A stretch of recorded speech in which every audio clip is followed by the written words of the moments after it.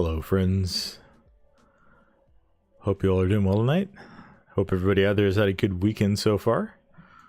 We're approaching the end of it and heading back into the work week for those of us who have a regular 9 to 5 schedule. But it is still the weekend here and we are going to play some World of Warcraft tonight.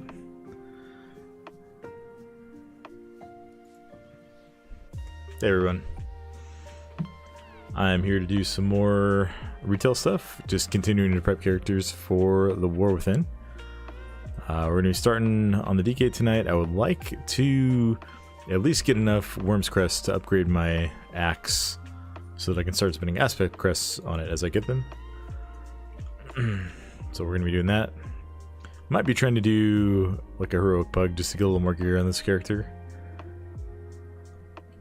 But I think we'll just start with a quick easy key. I think you get Worm's Crest up to +5. But we might just see if we can find a random low key in the queue. Just go slam it. Like maybe this Azure Vault +2.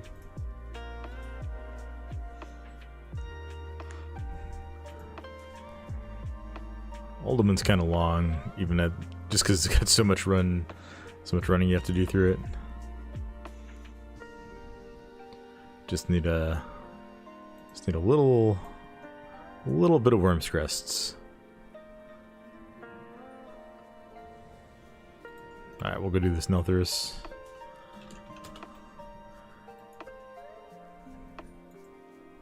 Shouldn't be too challenging. We did an 8 on this same dungeon last night.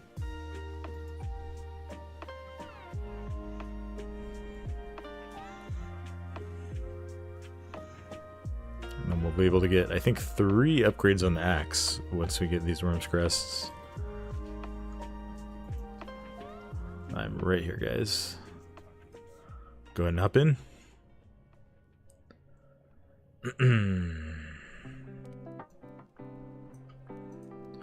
So after we get this done on the DK, we've got a couple of things we can do tonight. And maybe it'll depend on what you guys want to see. We could just do some easy Pug heroic raid bosses. I do still need to get some vaults for my alt tanks, so we could go and do that.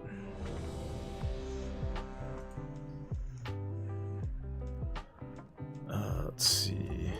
We got that. Use a file. Alright, we're ready.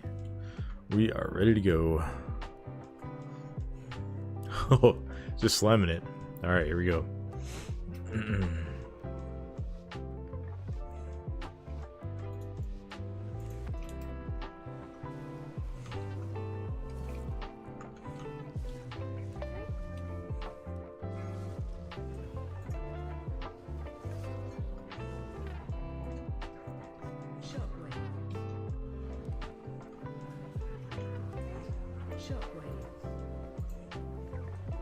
Hello. There we go. Finally got him pulled over.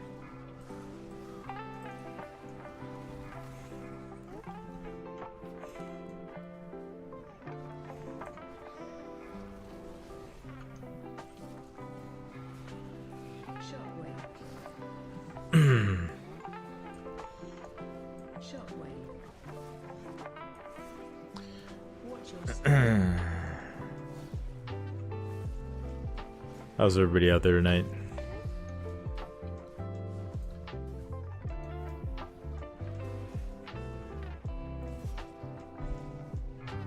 Let's start moving towards our next pull over here.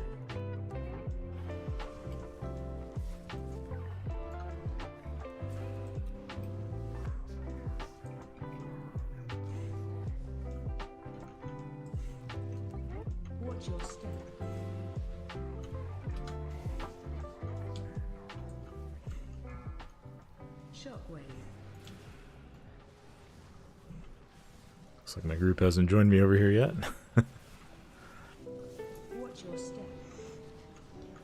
Good thing is though, we're at Blood Decay.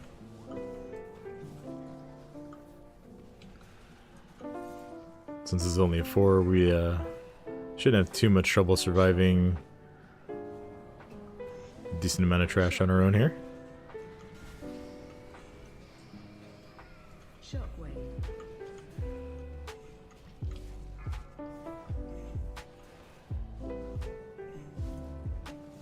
Let's make sure we don't run out of runic power.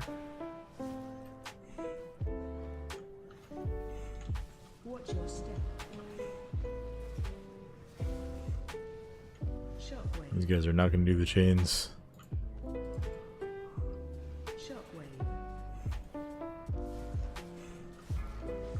Well, I can do another set on my own in a minute, so maybe we'll just have to wait for that.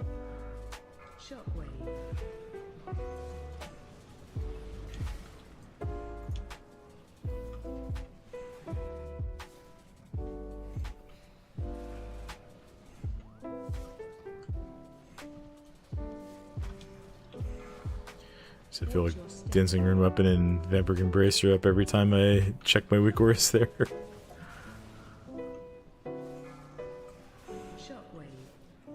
Alright, we're gonna go ahead and pull this stuff out.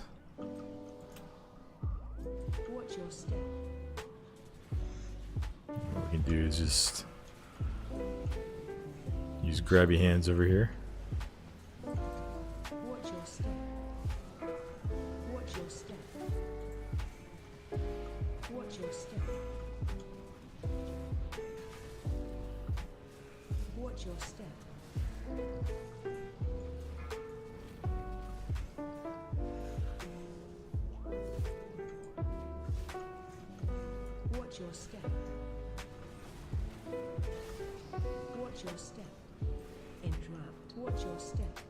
Alright, we got the chain.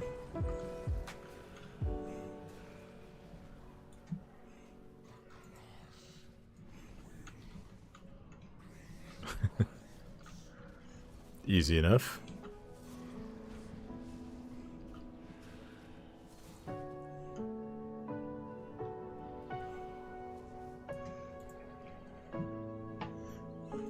Let's make sure everybody gets in.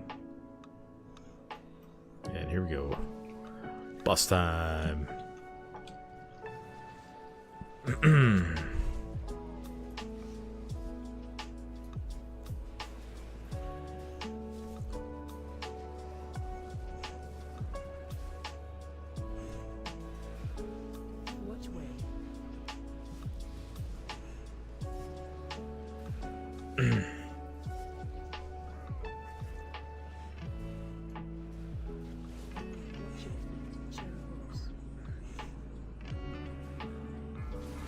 Oh, we got 2 stacks. Should be fine. We lost our warlock. One of our warlocks. This is an interesting group comp. 2 warlocks, 2 DKs, and a priest. Feels like the start of a weird WoW theme joke.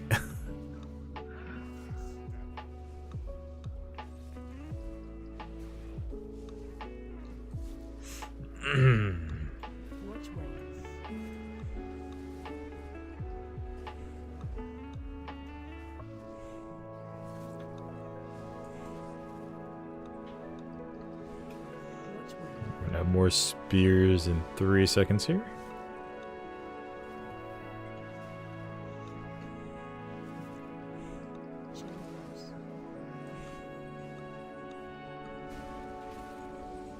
Oh, did we lose, might have lost our warlock. Our other warlock. We did, okay. Well, that's interesting. Come on, walk through the chain.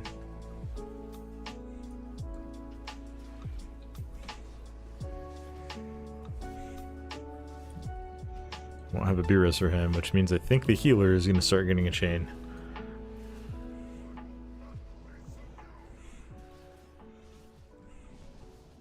Unless we can kill the boss in 20 seconds.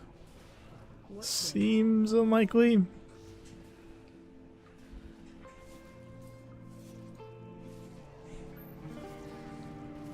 I think we'll be okay.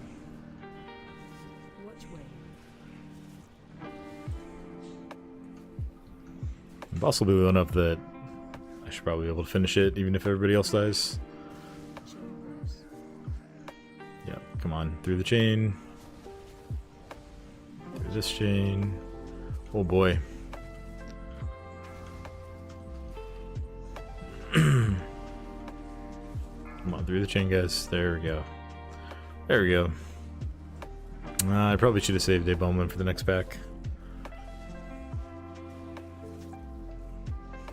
That's getting a little bit extra damage on it, but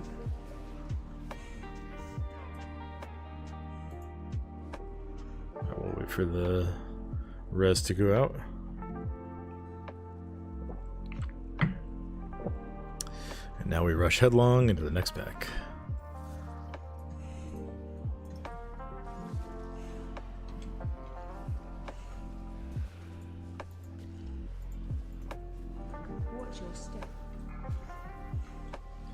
Now, we could do the chains here.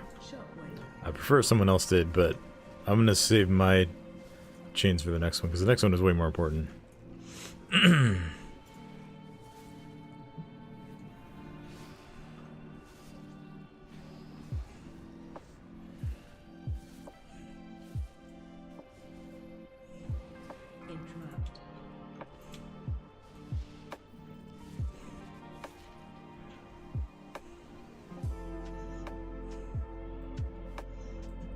Unfortunately, we'll not quite have a bomb limb up for it.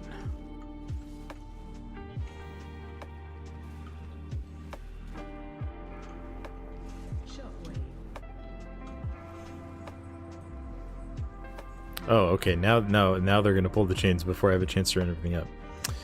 Okay, that's a little annoying.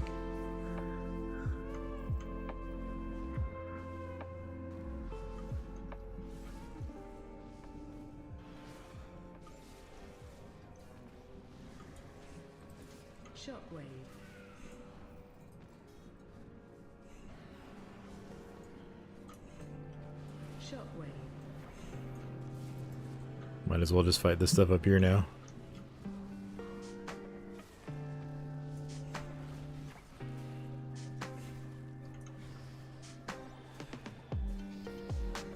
Unfortunately, there are no more chains.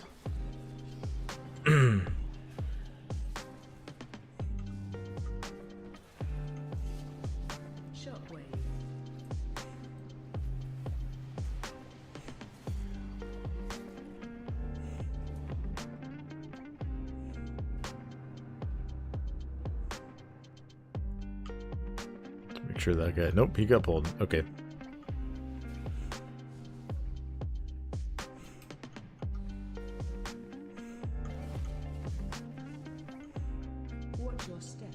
Well, he'll run up eventually.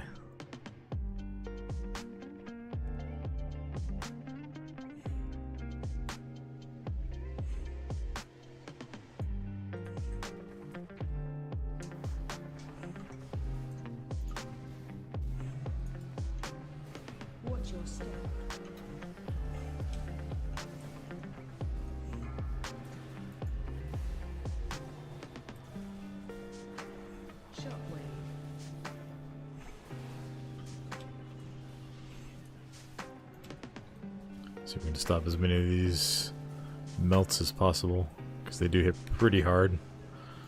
Yeah, I'm out of stops now, though.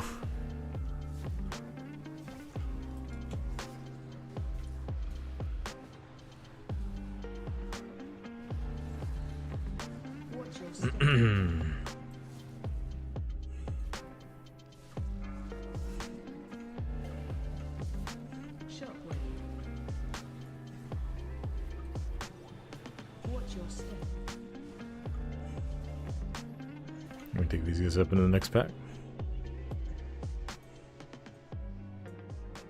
Charging.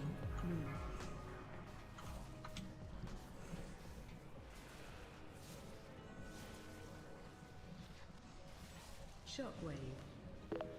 Did they? I guess they got killed off back there. Interrupt.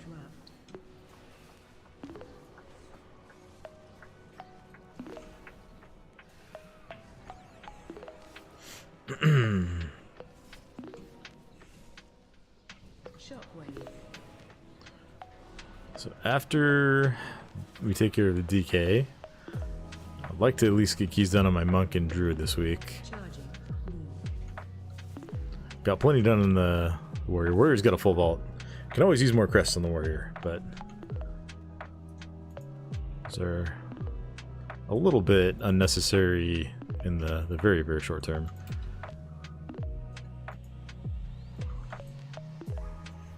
I bring these guys all together. Spread.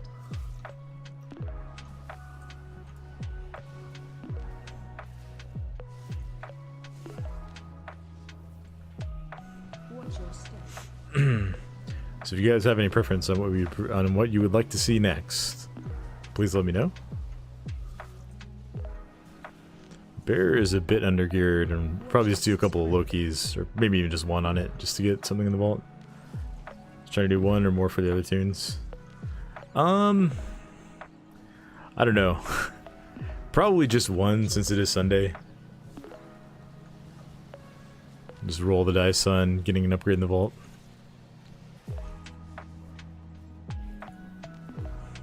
Spread. Watch your step.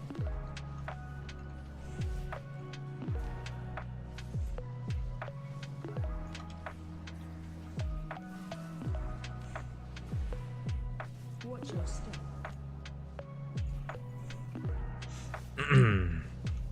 Yeah, the druid will probably have to be a lower key. But the monk can do 8s.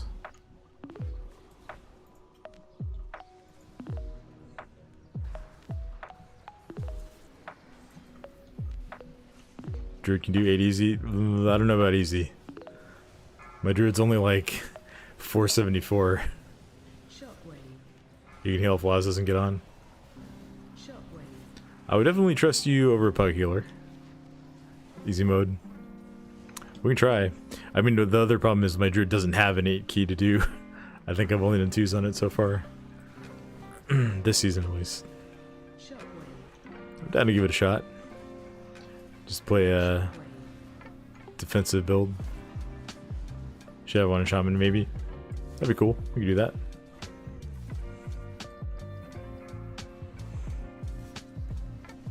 Otherwise, you have to play your paladin. Shockwave.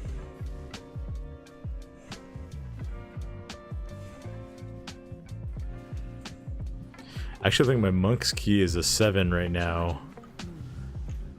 Because it got depleted. Watch your step.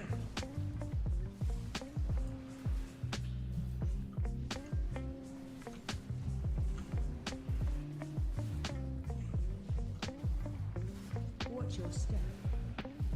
It was 8 ruby life pulls, and someone face pulled one of the dragons upstairs and then left the group.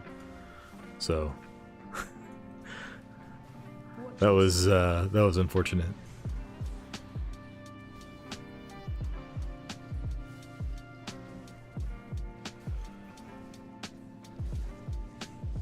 Watch your step.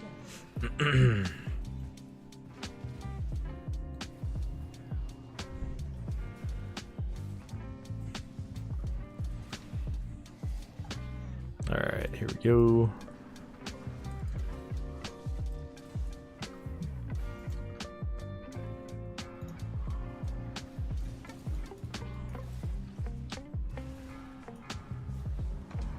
Perfect timing.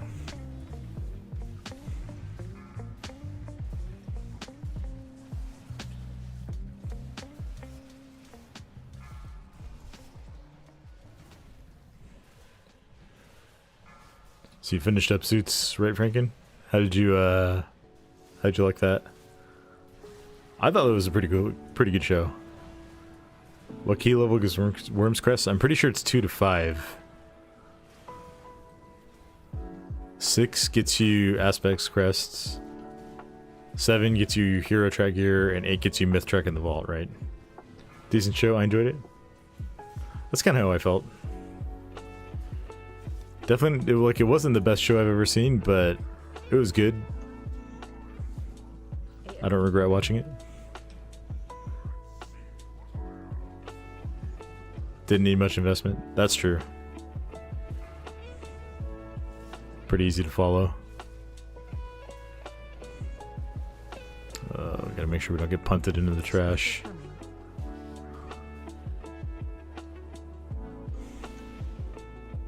Watch your step.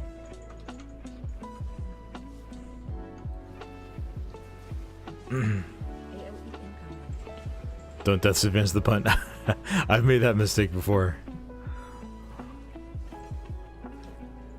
Death advance is good after you get punted. Hey, how's it going, Baktosh? Special coming. Hope your weekend was good. Watch your step.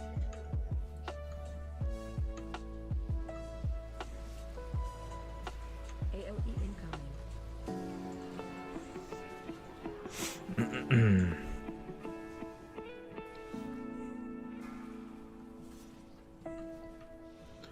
12 hours of the weekends are pretty good. Nice, nice. Special coming.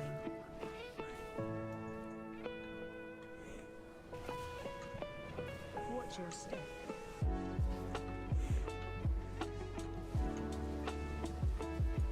AOE incoming. We'll get punted the other way now.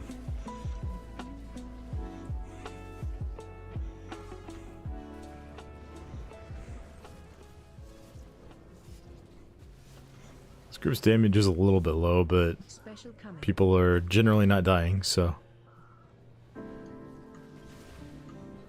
Watch your step.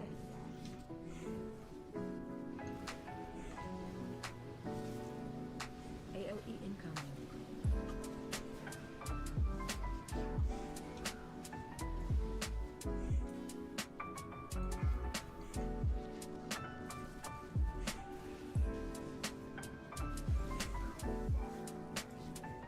Oh, we lost our warlock again.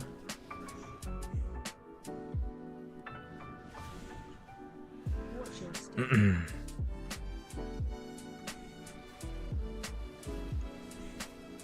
AOE incoming.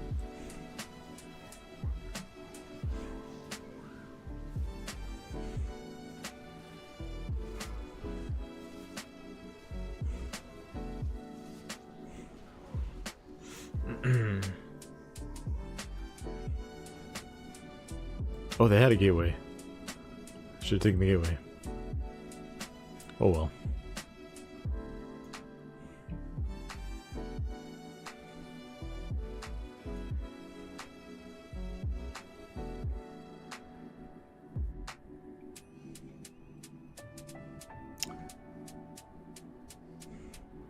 This timer is looking a little bit sus, actually. 13 minutes for Magma Tusk, Warlord Sarga, and a bunch of trash. Yeah, we'll see. I mean, we can easily complete the dungeon. I'm not worried at all about that. Just feel bad coming out and depleting someone's key.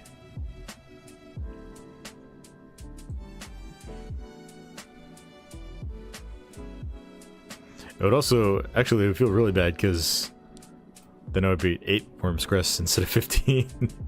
We would have to do another key anyway.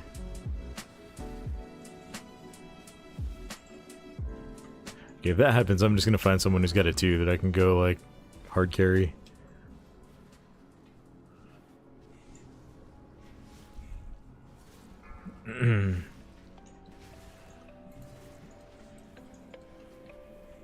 Interrupt. You know, guy. Oh yeah, there's a certain warrior who's got a +2, right? He was a +2 ruby life pools. We could obliterate that key for sure. Oh, we got some friends here. Well, okay, we let Molten Core get cast. Watch your step. Better kill that elemental. Oh, we let both of them go off. Okay. I didn't see the second one go off. That was my bad. Oh, that warrior is dead. Okay. Okay. Watch your step. I mean, I could have it too. Anyone could have a +2 key.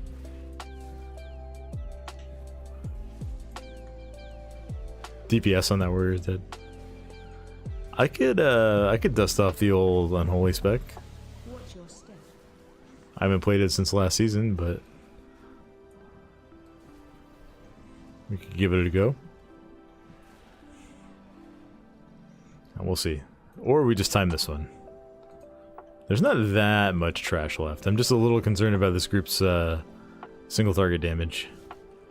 It's okay, we'll just have to do big pulls. Watch your step.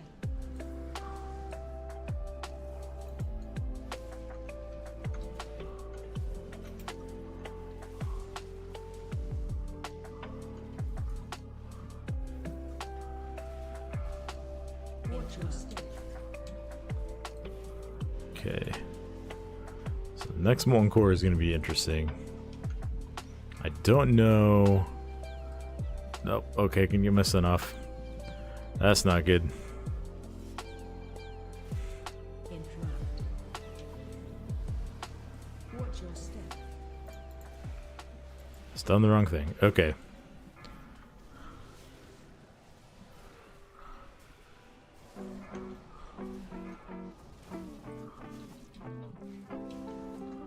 No. Watch your step. Oh, we're in trouble here now. Well, I got a little too aggressive.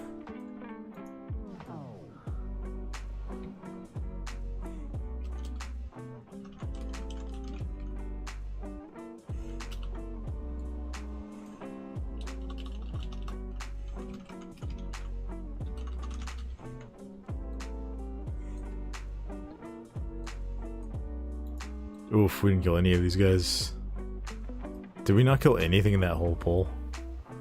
Oh dear. Ooh, we got PI, nice. Watch your step. Interrupt.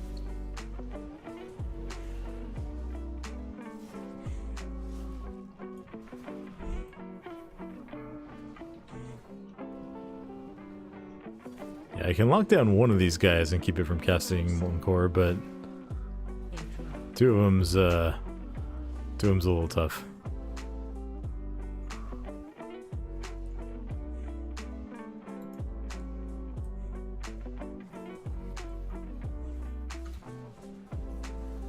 Watch your step.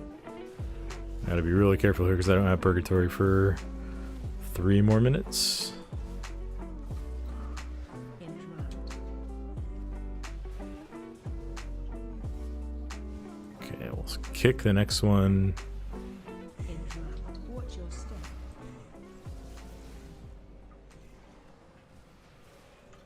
Let's go ahead and IVF. I don't think anyone started the RP. Oh yeah, we did. Okay, cool. Boss is waiting for us.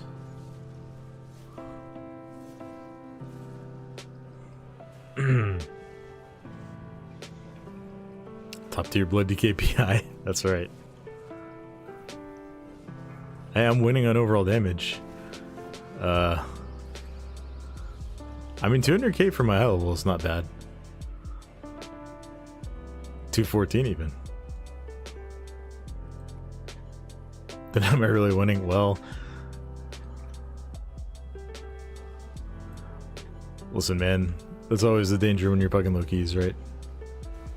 These guys are doing fine though. Shockwave. There's a couple of people who've gotten one shot by mechanics, which, like, one shot by unavoidable mechanics, not much you can do about that if you just don't have the HP for it. Watch your feet. Charging. No. I think it's that guy's key though, so I don't know if these guys are. 3 of them are on the same server, so it could be a case of Shockwave. helping a friend get their vault done, which I have no problem with that. Charging. Got to start somewhere, exactly.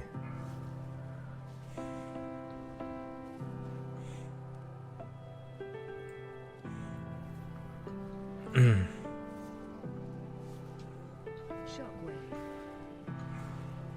Yeah, and it's not like they're doing anything like wrong, you know.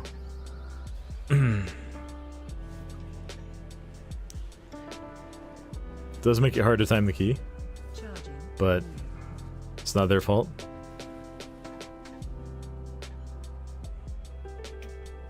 If I had just like played it safer and we hadn't wiped, then we'd probably be on a better pace toward timing it.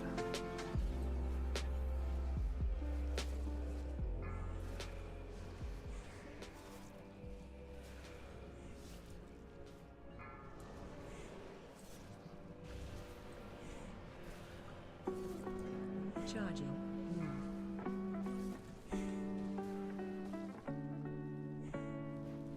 Watch your feet. Shockwave.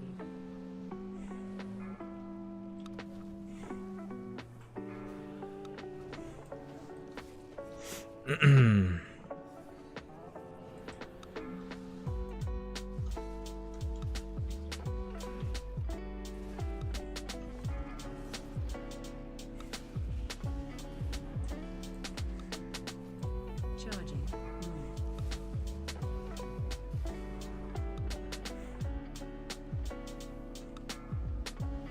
Oof. I thought I would be able to get between those. That's what I get for backpedaling, right?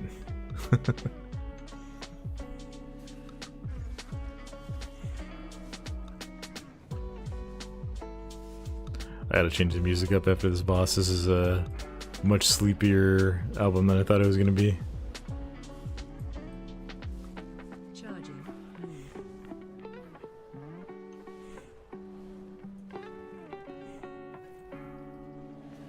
Shockwave.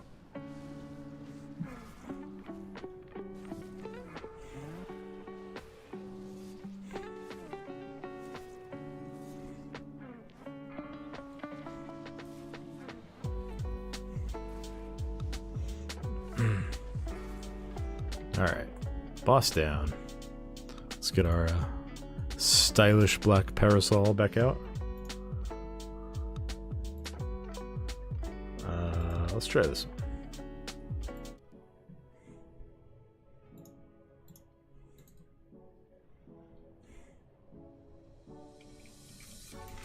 Come on, come on. There we go. I never figured out like how you're actually supposed to activate the parasol. I thought it was by like just hitting your jump key when you're midair, but sometimes it takes a long time for it to come out.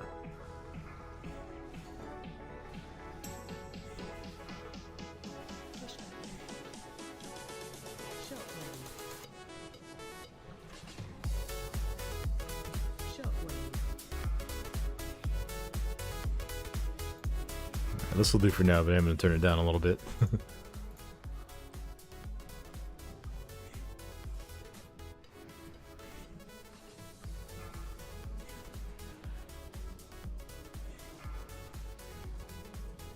Shockwave. Shockwave.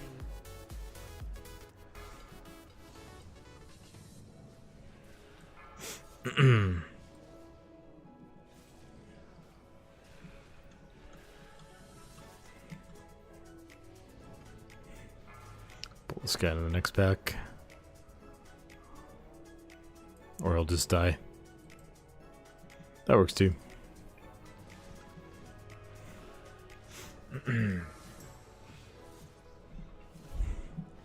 Shockwave.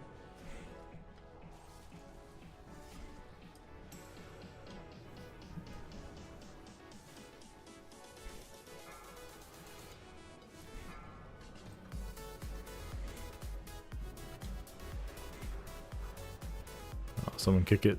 There we go.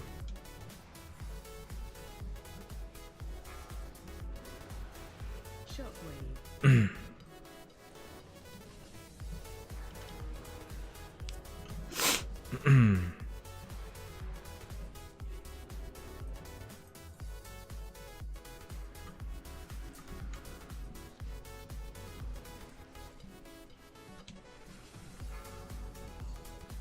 Shockwave.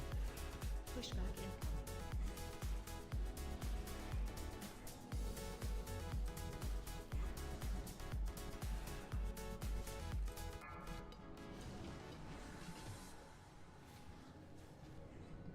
in. We are quite a bit overcount because a few extra things got body pulled, but that's okay. I don't think being overcount is what's Shockwave. preventing us from timing the key here. Pushback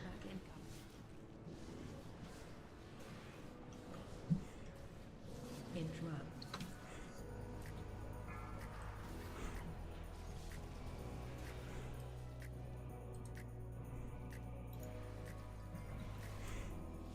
It's a little fun fact if you didn't know, once you're over the key, when you hit the patch me up option on these guys, it fully heals you.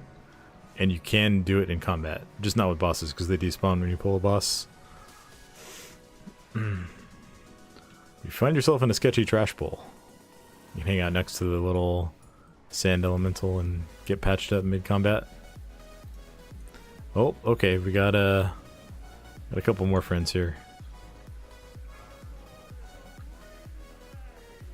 These guys, okay, they're gonna help out. Shockwave.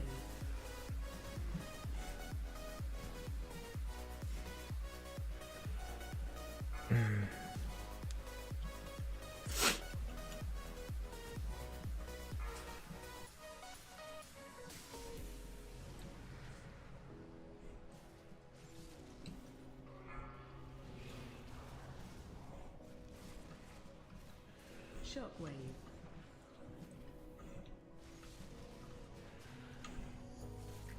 All right, on to the boss.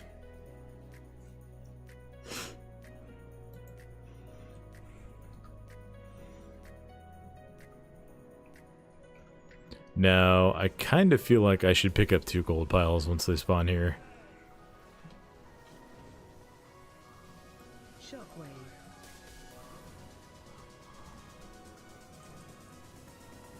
Oh no, we got the same one. That means we just burned one of the piles. Well, Watch your that's step. the risk in doing that.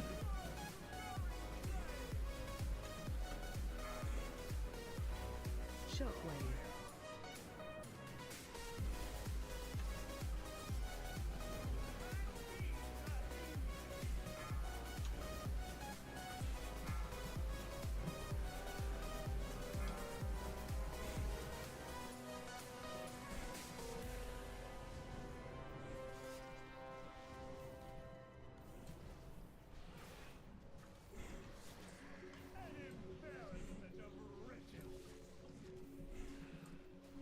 Let's see, we got one over here.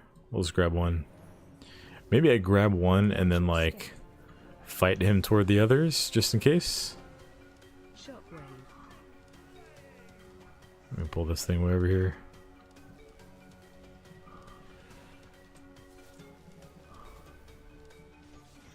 Just in case.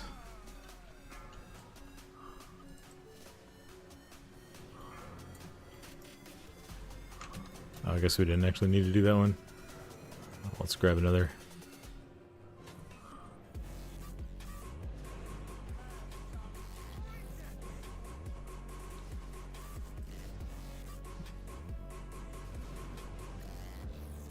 Shockwave.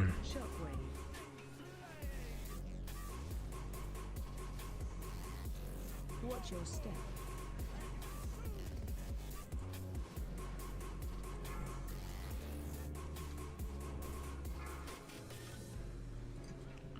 Got an old chains of ice on it.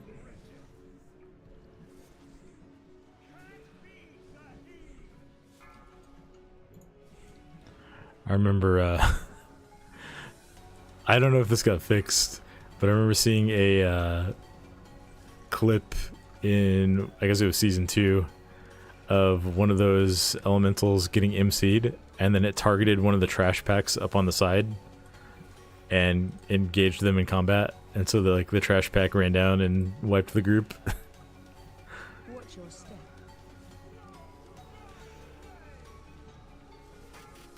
It was a pretty funny bug.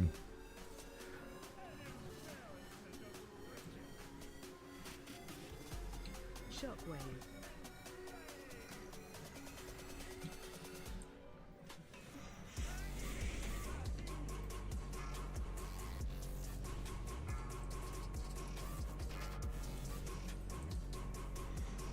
He should be dead momentarily here.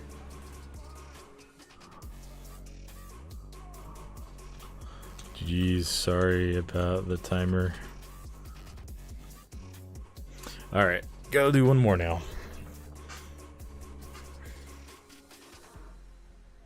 Hopefully we don't need to do two more.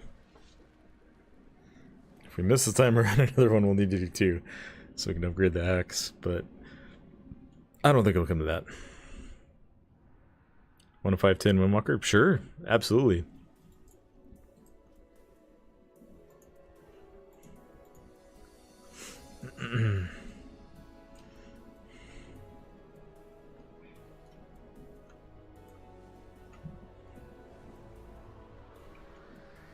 I could just drop my key, but I don't really want to do Ultimate.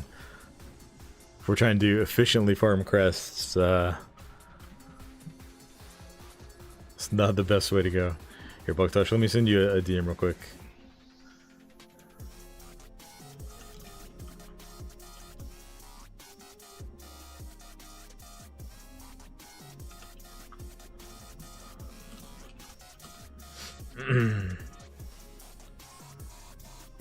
Do any worms or aspects on top of that? So my axe is at 512 right now, and after the next upgrade I should be able to just start using aspects.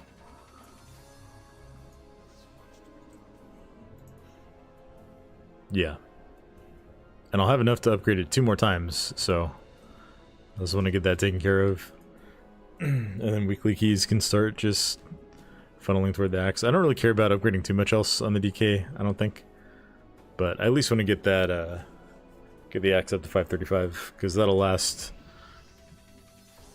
pretty close to all the way to 80, I think, in War Within.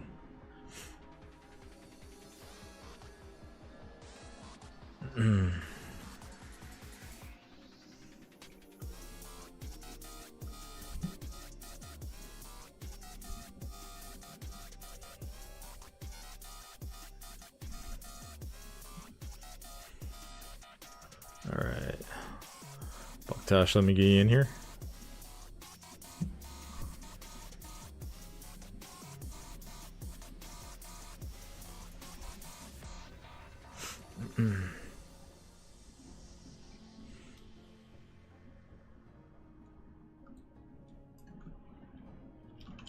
Let's see. Oh yeah, let's just do that 3 Algathar. Frankie, whenever you're ready, if you want to join us for this one.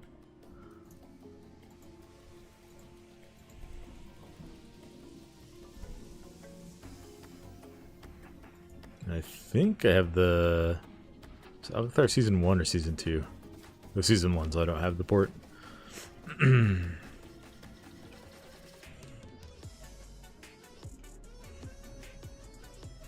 Give this a rare spawn 2 more minutes. Alright. We will see what we get in the queue in the meantime.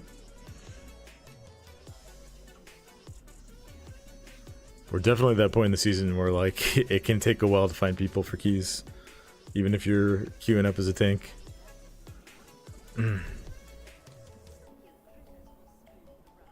David says, Thor, I can't choose between Blood DK and Brew for the War Within.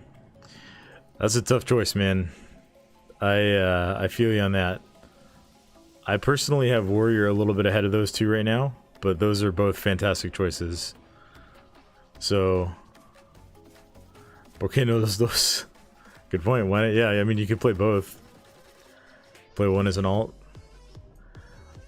I guess a couple of considerations that I would make. If you have a raid team, does your raid team need a monk buff? I was gonna say try warrior and you'll be trying to pick 3. It's true. Yeah, if your raid team needs a monk buff, then maybe that tips it in the direction of Brewmaster a little bit. Yeah, that's a great question, Franken. Like, what off spec do you like more? If you are gonna end up doing DPS and some keys, and you don't like Windwalker, but you like Unholy or Frost, or vice versa, that could be a factor.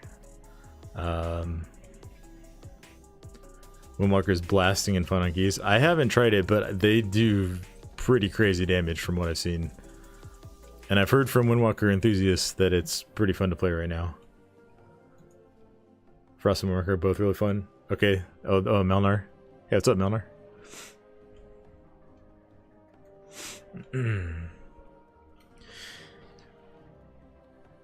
Yeah, it's a tough choice. I would say just like, if you have beta, try them both. If you are trying them both and you still can't decide, then you know that that definitely makes it harder. I really like them both. Not Frost. Biggest concern is I feel helpless sometimes as Brew when I'm out of CDs and don't have orbs. As Blood, I always have a Death Strike. Yeah, if that's a point of frustration, like that's something that's probably not going to change about Brewmaster, right? Unholy Rework is sick with A-Bomb Army. Yeah, I've seen Unholy DKs in a lot of keys on the beta, and it seems like they're having a lot of fun. If you like feeling in control of your survivability, then like it's hard to beat Blood DK.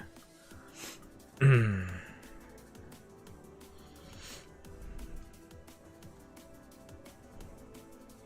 mean 2024 I still can't use your Prime Summon on mobile, but next time on PC I'll be...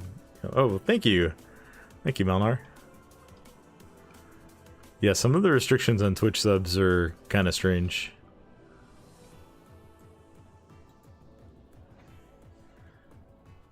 Hey, what's up, Christopher?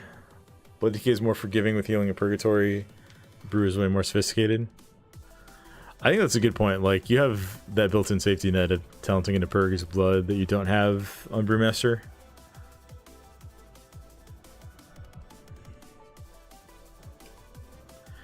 If I was going to rank the tanks for myself right now, I would have, well, I'd have Warrior as number 1, and then I'd have Blood as number 2, and Monk as number 3.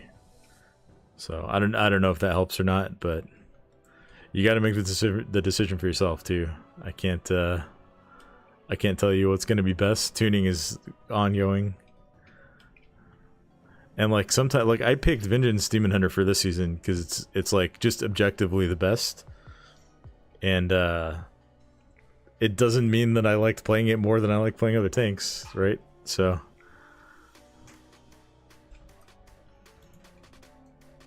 it's tough. I will say it's better to be having this discussion and making this decision now rather than like on the eve of season 1 starting, which is where I have been sometimes. Like new season starting the next day and I don't know what I want to play.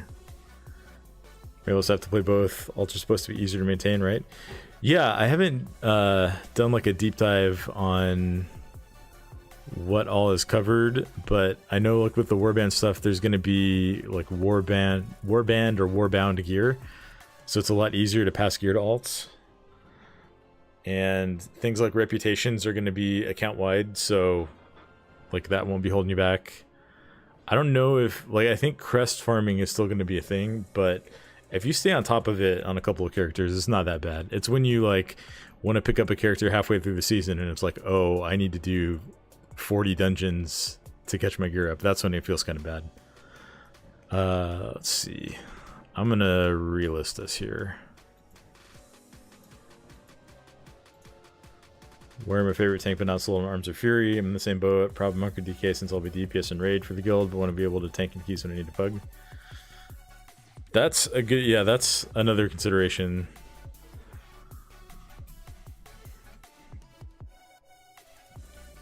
It's like, what role are you going to be playing in raid? Like, I know I'm going to be tanking in raid and probably tanking in most of the keys I do. I also will say I haven't done any raid testing yet. So I'm speaking like exclusively based on dungeoneering experience on the beta. But I mean, I don't know how much that helps because DK and Brew are probably the two most fun tanks in raid for me at least.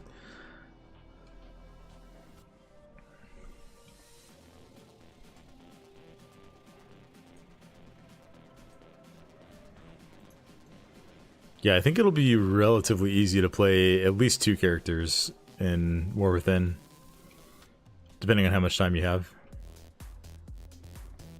Like, you gotta at least have the time to do the raid and the keys, but beyond that, a lot of things are becoming more alt-friendly.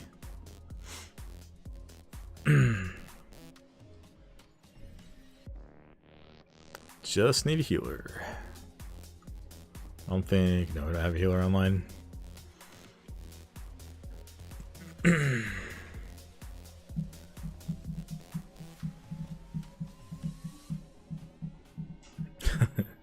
Our shaman here, his guild's name is Gears of Warcraft. It's pretty good. Pretty good one.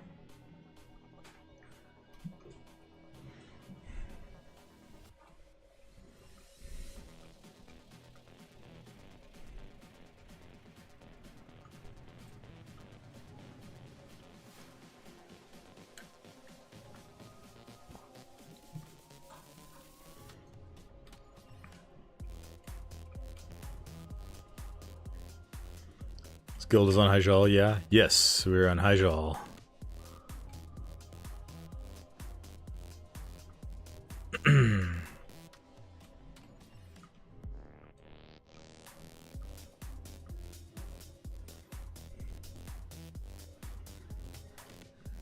It's like the... It's not a tiny server, but it's not as big as like Illidan, obviously, or Melganis or Techondrius. But we do at least have a few cutting edge guilds on the server, so I know a lot of servers don't. Alright, we'll take this monk. If this monk will take us.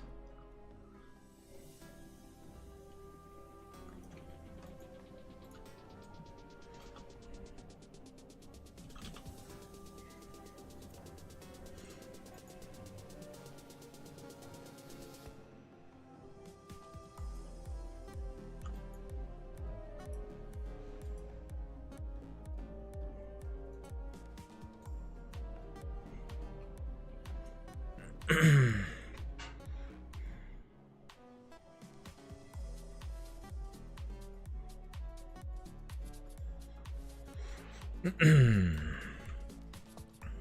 let's drop a feast.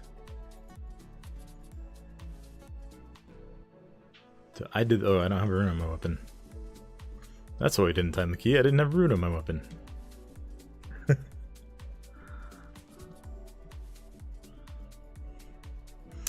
The old double feast.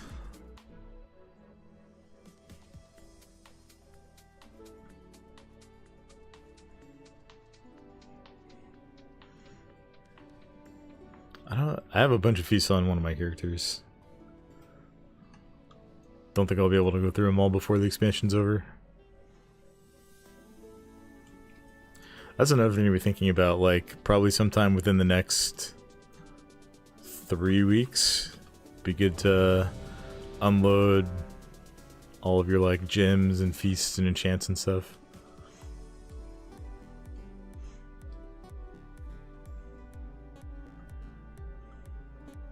Nice axe there, Franken. The old hunter with the legendary transmog.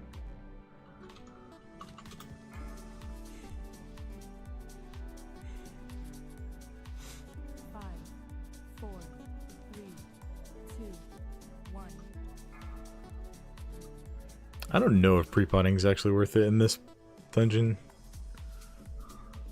Probably get like 10, maybe 5 seconds of value out of it. Might have missed from joining late. What are my pre-War Within goals? The main thing is I just want to have my characters geared to the point where like their gear will last most of the leveling process. At least for the first like 2 that I'm gonna level, probably. I haven't really talked too much about like what my full goals look like. I have all the portals from Dragonflight, at least on one character. Like my monk has them all from season 1. My DK has them all from season 2. My DK and warrior have them all from season 3. My evoker has them from season 2 also, I think. And those are supposed to be going account wide, so. Watch your step.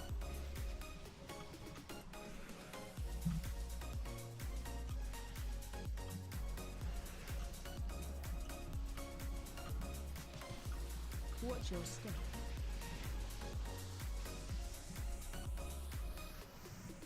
Watch your step. So yeah, I want to at least be in a position where, like, when we get to the final couple weeks of the expansion, I can finish gearing out my characters.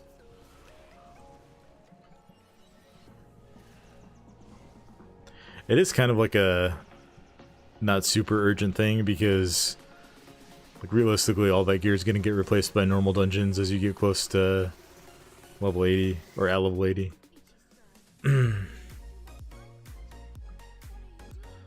My aim for season 1 worth is to get AOTC portals for the first time. Nice. It's a solid goal. AOTC'd years ago when you grab never push portals. Easy goal for most, but I think it'll be fun. Yeah, I agree with that, Melnar.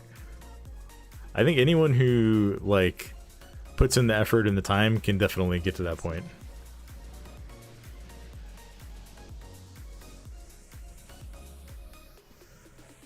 Do I have an eye level in mind for them? I would like to get at least my warrior and DK probably to, like, the mid to high 520s.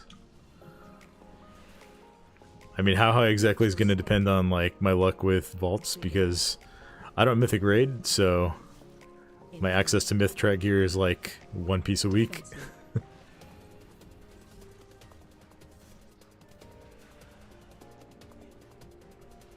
Okay, we'll have A-bomb them up for the second round of ads here. Watch your step. Oh, this is kind of cursed. They're going to be all over the place.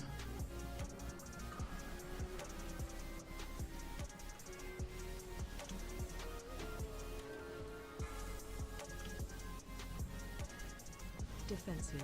Ah, we're good. We're chilling.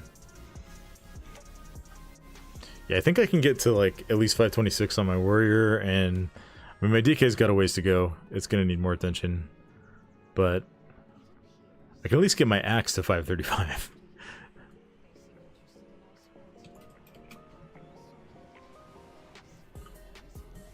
I should probably put a little bit of focus on farming gold, but I don't know, I usually end up pretty complacent about that. Run. What's the add-on I have with the countdown bar to the right of my character? You mean this one that has, like, the mechanics and the timer? That is a weak aura that takes the info from either Bigwigs or DBM and puts it on, like, a countdown timer for you. This made an insane difference for me when I was, like, trying to figure out how do I effectively do callouts while I'm raid leading. Let me... After we do this first eagle pull, I'll see if I can pull up Wikoras and find the name of it for you. Yeah, it's super, super handy.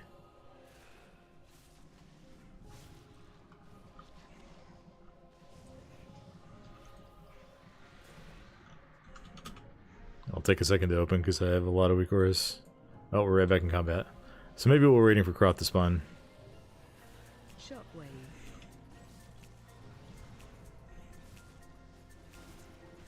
Interrupt. Yeah, I cannot take credit for making it. I found this on... I think I got it... I'm trying to remember where I found it. It was linked to me... It might have been a link in the, like, raid leading Discord that I'm in. Interrupt.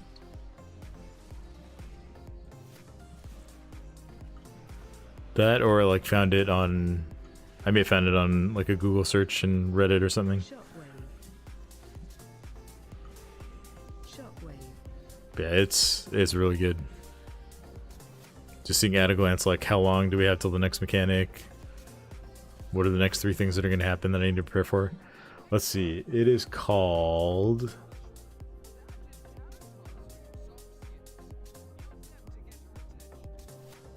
Raid Ability Timeline. You should be able to find it on Wago. Raid Ability Timeline.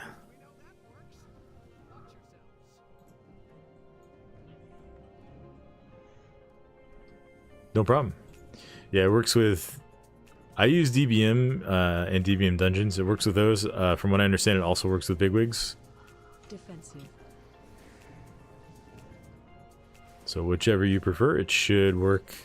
And it just does this out of the box. Like, whatever abilities you have it configured to show on Shockwave. your raid add-on. It'll just pick that up and show them on the timeline. Defensive.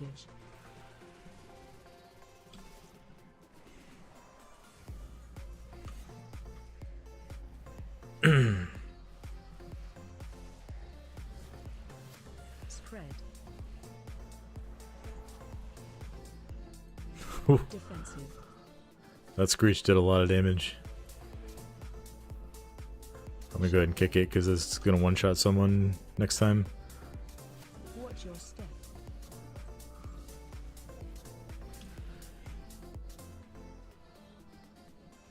Phase change.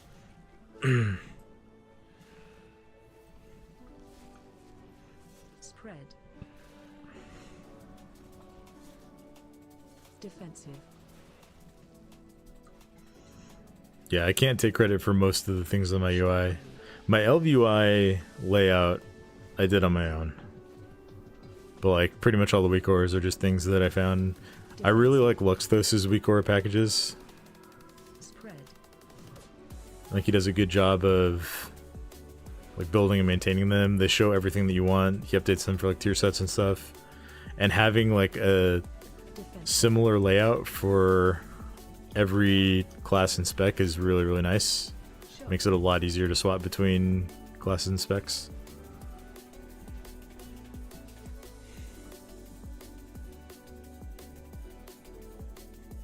Definitely gonna add that. I had others with DBM, but I really like the look there. Yeah, I found it like really, really helpful, really useful. And then I have an interrupt tracker over here.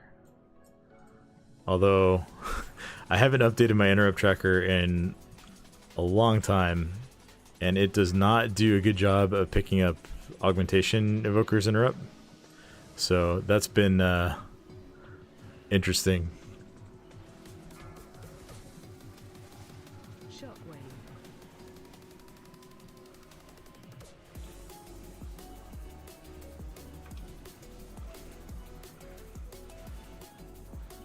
I'll have to revisit that once we get probably once we get into pre-patch. I try to do a UI refresh, a little bit of a rethink every time we get a new expansion.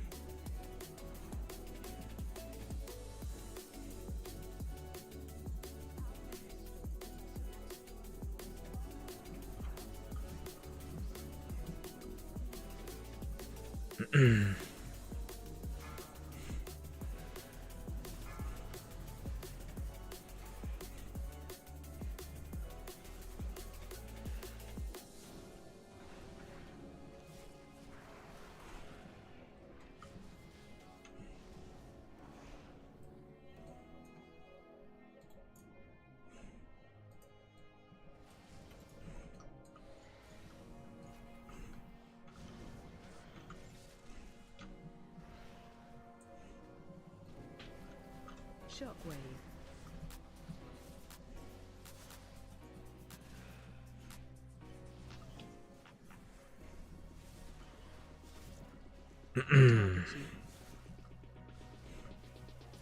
Shockwave. Wait, was I standing the farthest away from that thing right there? That's funny. I don't think I've ever been targeted by that while tanking. And we got a full melee group though.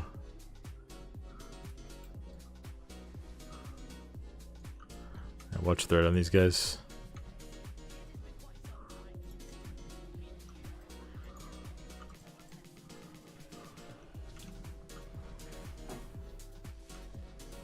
Did I not? There we go. I'm coming back from extended break and building a new computer. UI folder got corrupted. Ooh, during the process of kind of rebuilding from scratch. That is brutal. I'm sorry to hear that.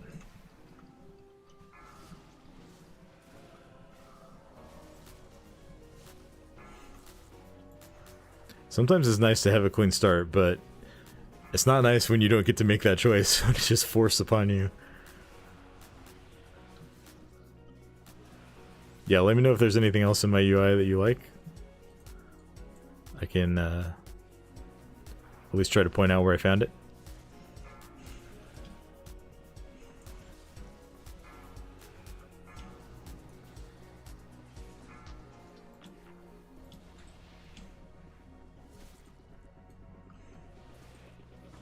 I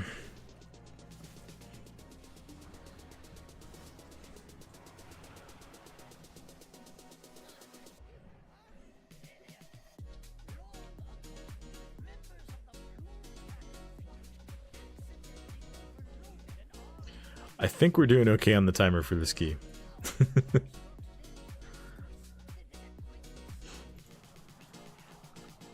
Barring like the server going down. Knock on wood.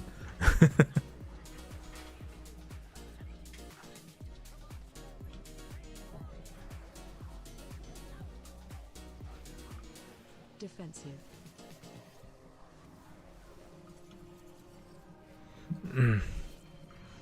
Hey, wifey with the dad joke redemption. Alright. We can get this one during the fight here. Apparently 5 out of 4 people are really bad at fractions. Defensive. AOE incoming. Watch your step.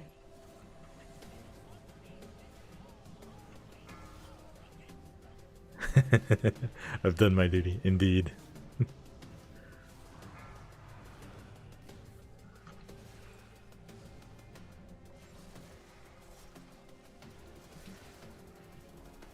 Defensive.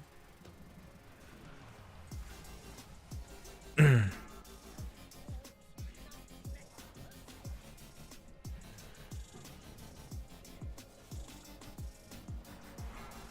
incoming. Watch your step. Easy boss.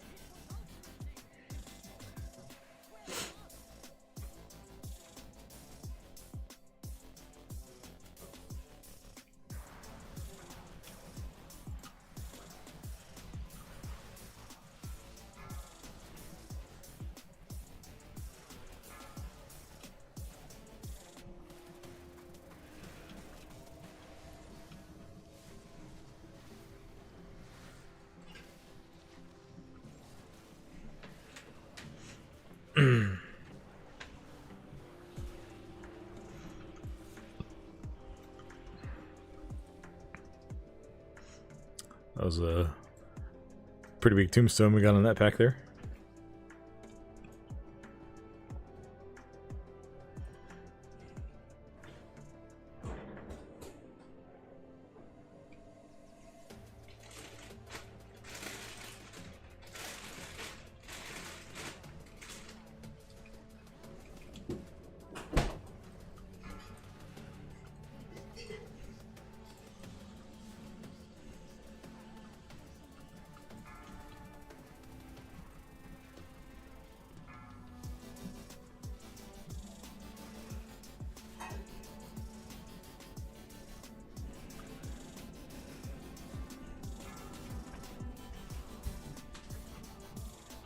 Let's see, we're gonna wait for the pat. Because we do not need it. Or just camouflage ahead.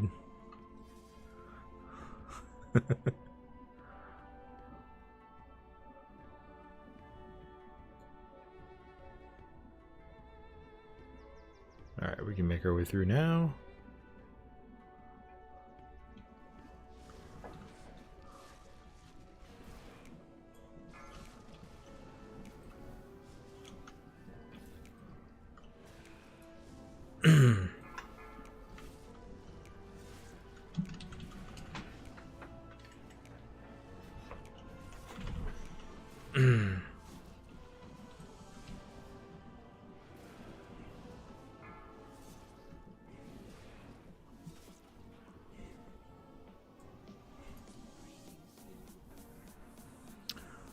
Doragosa. Let's pull the boss over here. Nah, you guys already ran through. We'll run through.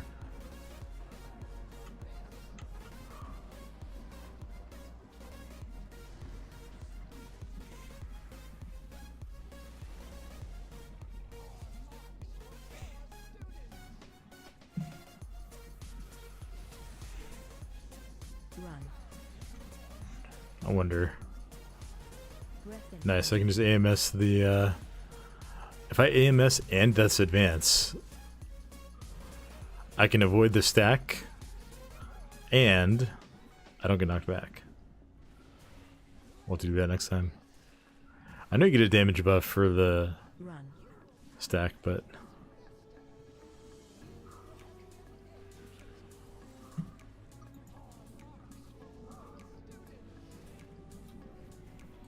Breath incoming.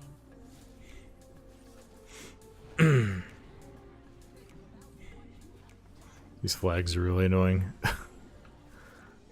Oh, maybe we don't want to be right on top of the puddle there. Run.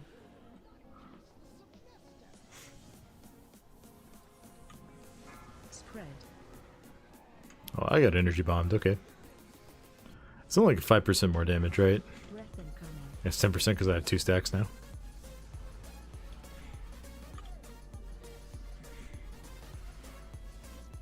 Run. Here, let's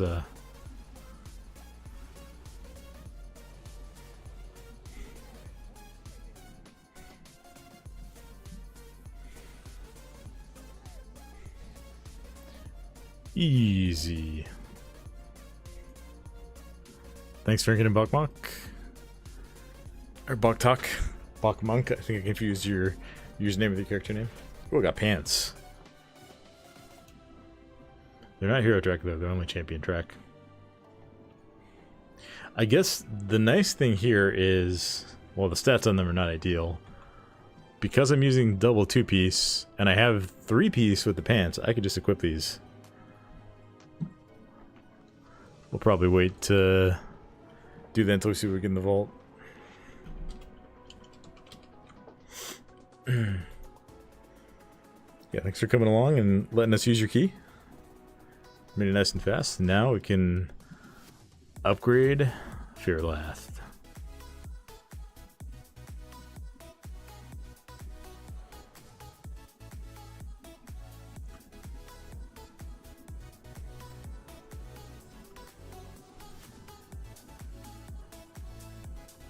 I guess the upgrade vendors are AFK.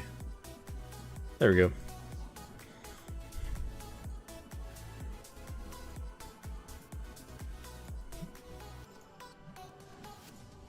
Juicy 10 item levels.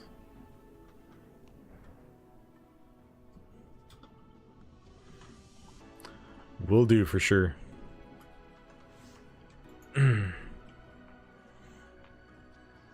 Alright, I think we're gonna let the DK chill there. I might, okay.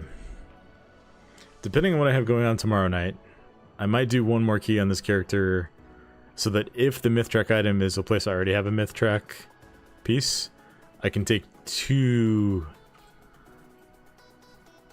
or I guess 4 tokens of merit, because I already have 2 from a previous vault.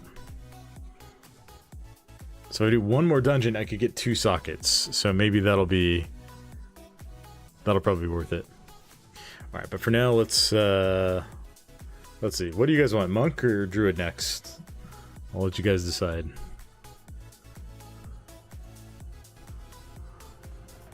Bear or beer?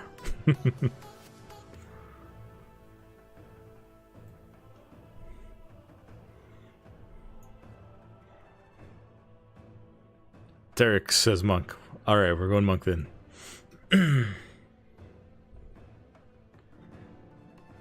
And Chris says beer.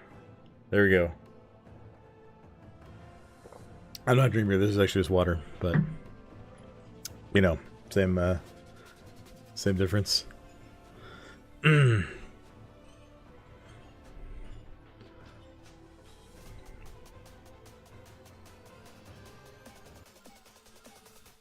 Love the Deathstroke mug I had.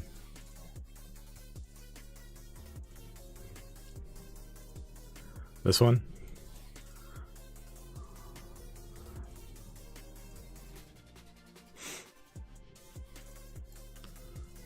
Once a good eye open, can you invite in some 6s? I can finally get my weapon up and doing damage.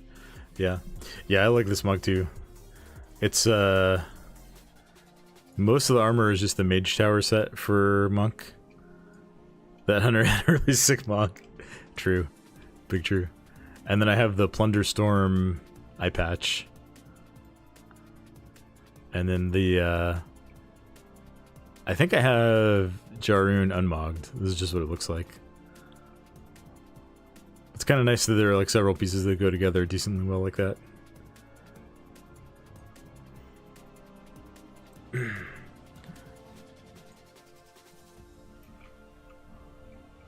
Alright. Yes, unfortunately I have Ruby Life Pool 7.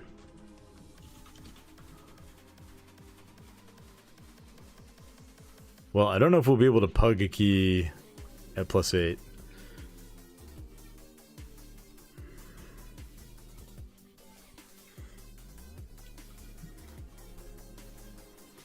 We could do my Ruby Life Pools and then see what it goes to. Or we could just +2 that Algothar and see what it goes to. Let's do that. Algothar +6. Oh, I might have... I do have that portal. Nice.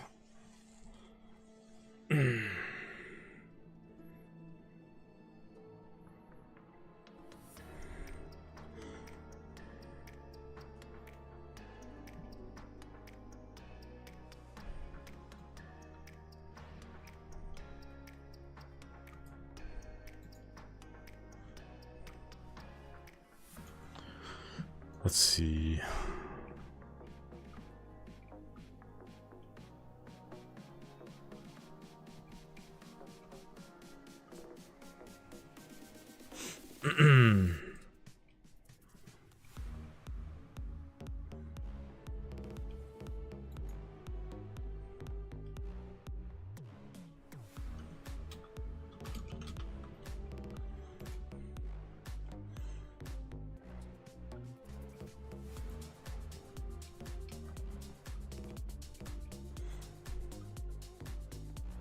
Have all optional talents for less button bloat on retail.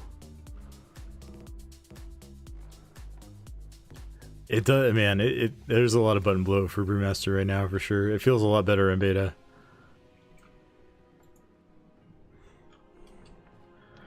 Part of me is like, it would be nice to just have like passive talents, but I also love that I can have Dampen Harm and Diffuse Magic at the same time. I'm really excited for Special Delivery to be good.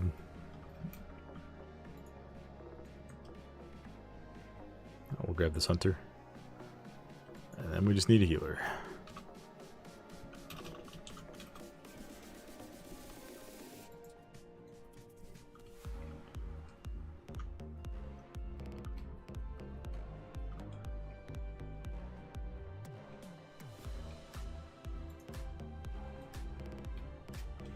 I feel really torn about some of the buttons going away though. Like, it needed to happen for Brew, but I like all of these buttons. Like, I like rushing Jadewen, just having that like constant passive AoE. It gets tedious having to refresh it all the time, but like knowing I can just run through a pack and they're all gonna stick on me pretty well. And like, I loved Bundo's Brew and Shadowlands. You just get so much damage out of it. But then having to use it to like using it as part of the setup for Exploding Keg is really annoying. So, I don't know. Mixed feelings. It'd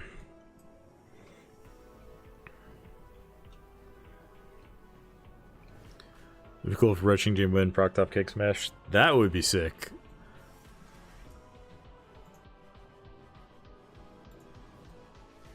We got a big Mistweaver here.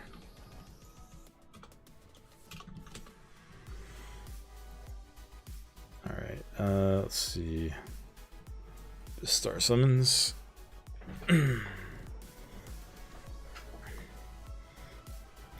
My monk has come a long way. This character, when I abandoned it at Season 2, was it like 437 or 438 item level, I think? And that's where it was when I picked it up a few weeks ago. So we've come a very long way. Done a couple of full heroic raids.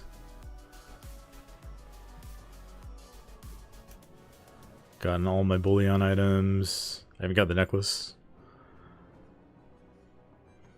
So monk I could actually gear up really fast too here.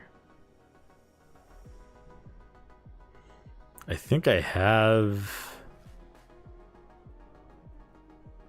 either hero or myth track or awakened, or I could do a crafted piece in every slot. Actually, I have a crafted chest from season 2. Just need to upgrade it.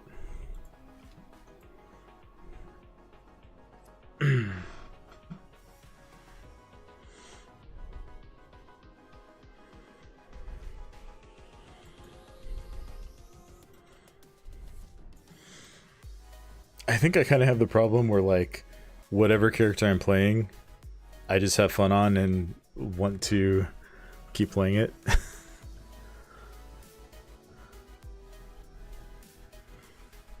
Like, I'm sure when we get halfway through this key, I'm going to be like, maybe I do want a main monk. I need, let's see. I do not have the infinite augment rune. Those buffs should all be good. Oh, not my key.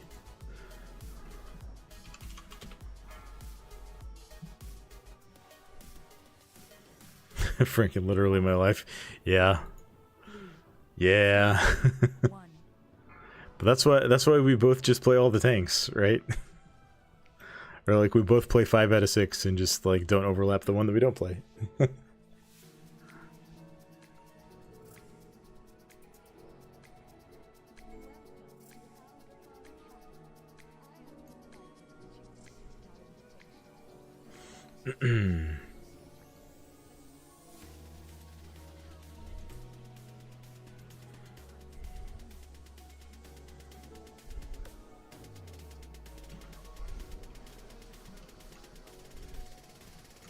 Oh, I got stuck on a root.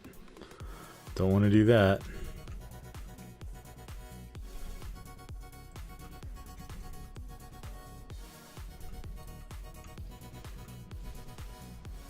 Watch your step. Oh. Watch your step. Gotta actually get everything all rounded up here.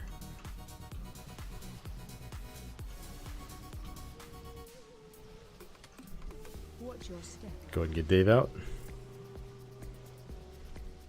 Watch your step. Okay, I need to purify. No!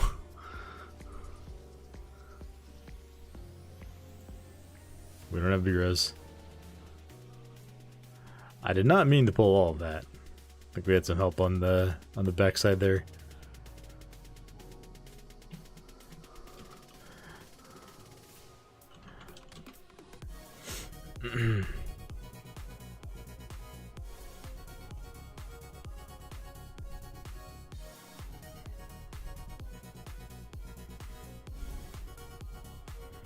I think we did kill most of it. Oh, we didn't kill the skitterflies, which is unfortunate. These guys suck.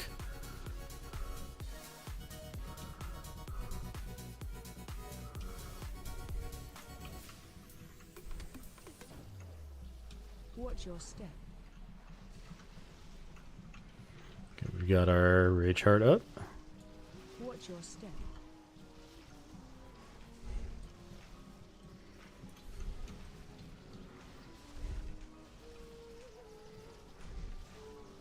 Watch your step. We're gonna keep the skitterflies off of me at least. Watch your step. Don't have leg sweep, so we gotta be careful here. Yeah, those things just chunk once they get their enrage stacks up. Watch your step. Watch your step.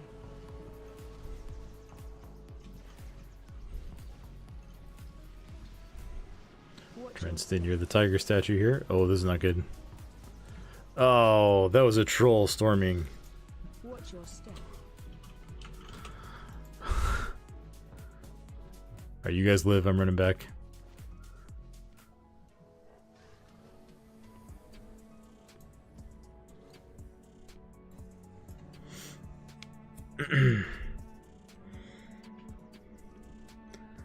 Most of the time I feel like storming's not that bad, and then something like that happens and just rip. Rest in peace, storming. Thankfully we were able to kite this one out, it looks like. Watch your step. Watch your Sort of. Oh, everything's all over the place. Alright. Okay, I got rooted. Touch of death this one. Can I, please? Thank you. Watch your step.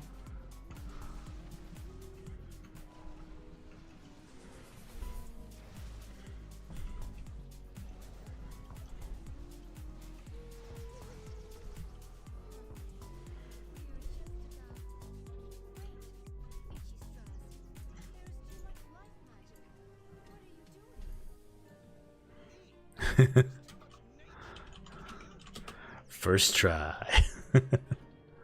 Help me.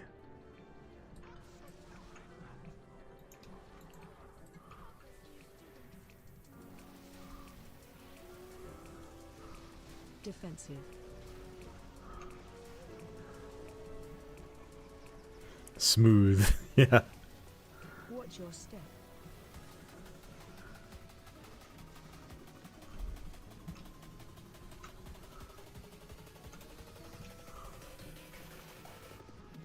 Watch your step. Big ad. Interrupt.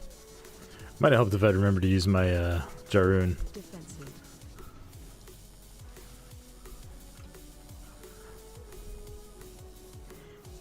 Maybe I should just macro that into like Keg Smash, so I just use it on CD, even if I'm Watch your step. not trying to. I think it's better to just have it used on CD than to forget to use it for several minutes at a time, which is, if I'm being honest, what I tend to. Stack high. Defensive. That's right, I have a Dispel. Watch your step.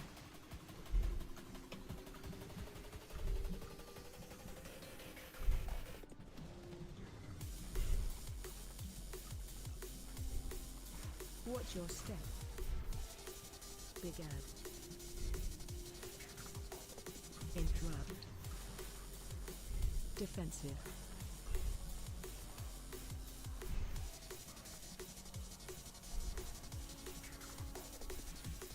Alright, we're making up some time there. We do want to +2 this if we can, so we get that +8 key. Which we should still be able to do pretty easily, I think.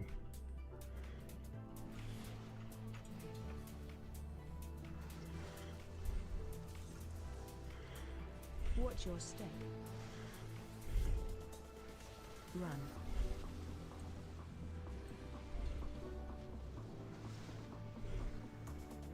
Watch your step.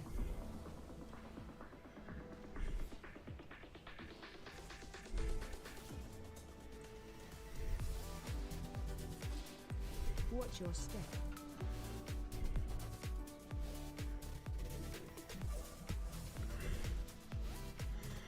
Run.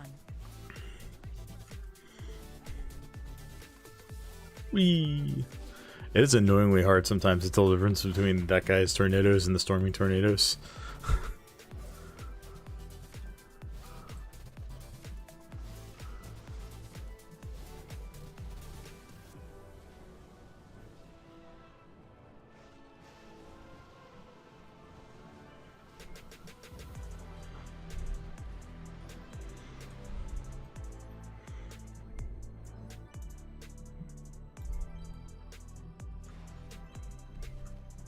Shockwave.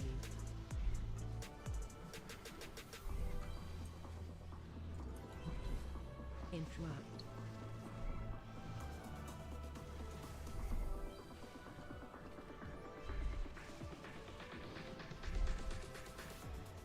Shockwave.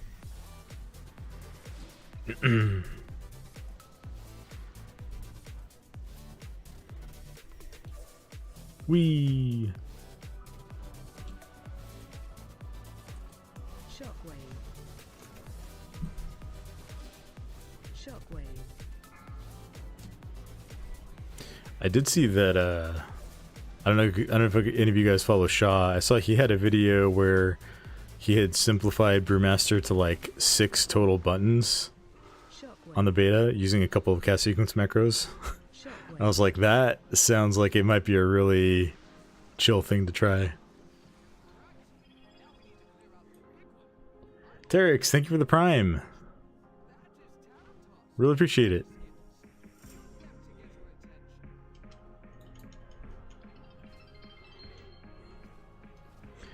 Thank you everyone who has subbed over the last few days.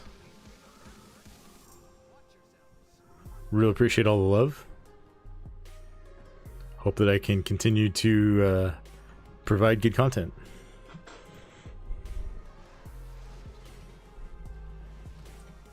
Defensive.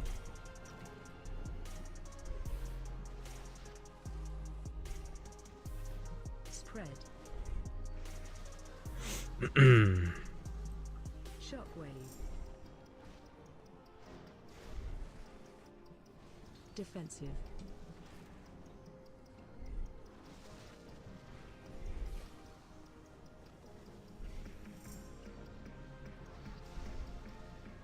Phase change. I have to say, one of the things that I really love every time I'm playing Brew is having like strong reactive defensives. Shockwave.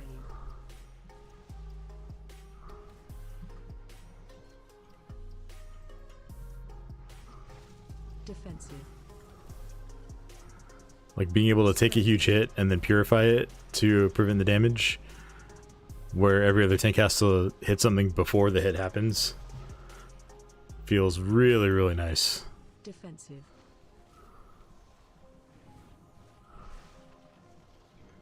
Shockwave. Okay, we probably want to... Spread. Watch your step. Phase change. Oh, okay, we got the goal off. There we go.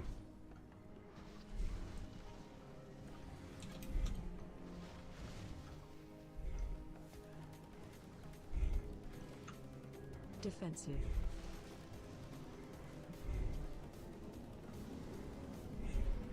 Shockwave.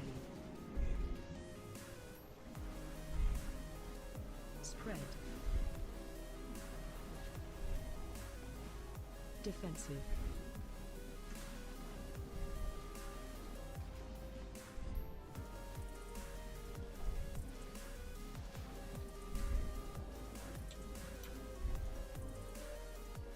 Defensive. Spread. Shockwave.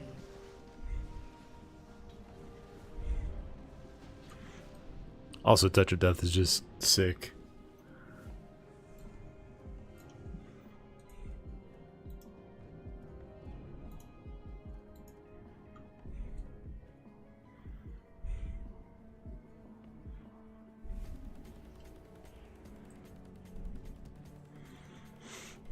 Okay, we're in a good spot for the +2. Knock on wood here.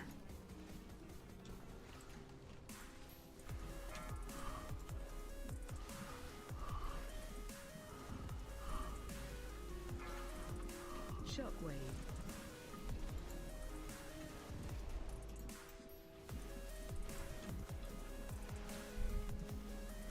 Trying to get all this stuff rounded up. Keep aggro on everything. Shockwave.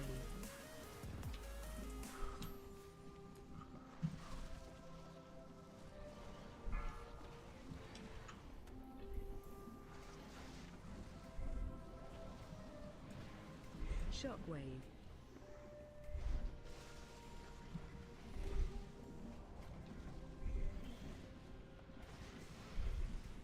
It does feel really satisfying when you execute a big pull as Brewmaster compared to other tanks. Shockwave.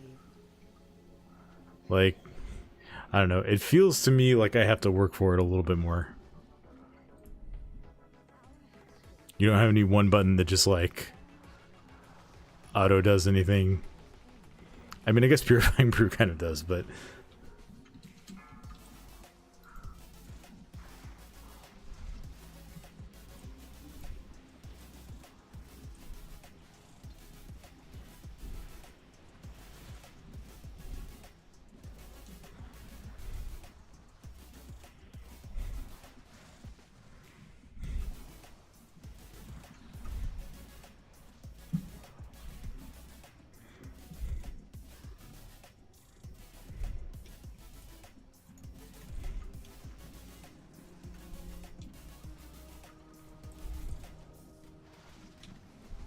Shockwave. Oh, that's not good.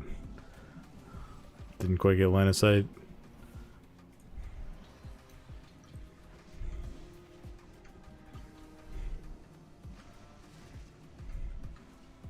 Shockwave.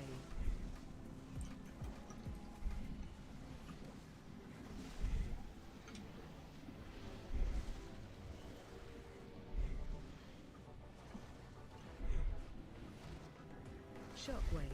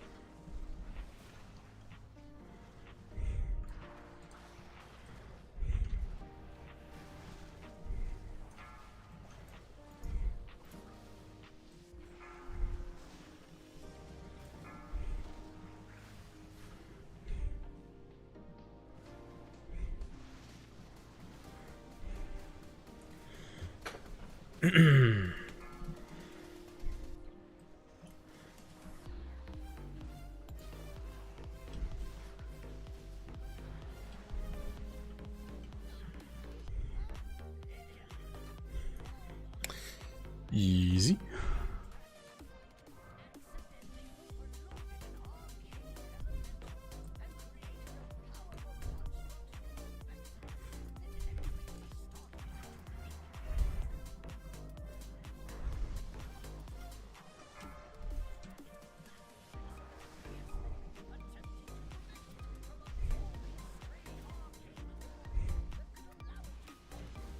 Defensive.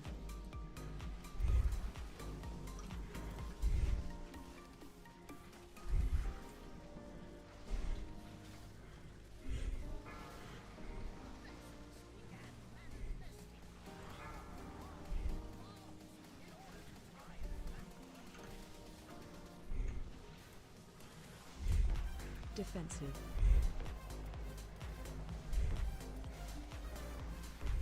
AOE incoming. Watch your step.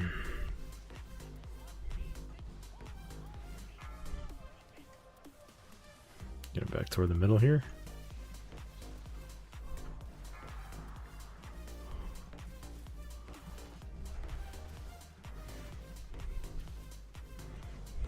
Defensive.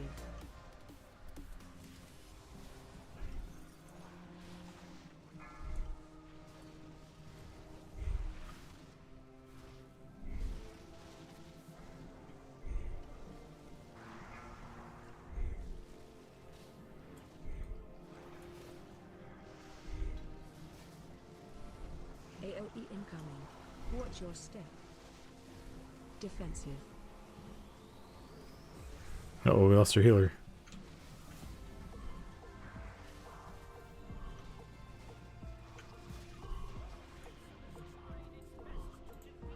I will res. What calls that defensive? That's deadly boss mods. I think about halfway through Shadowlands, they changed it so instead of having like generic in-game voice lines, it actually has like callouts with things that you should do.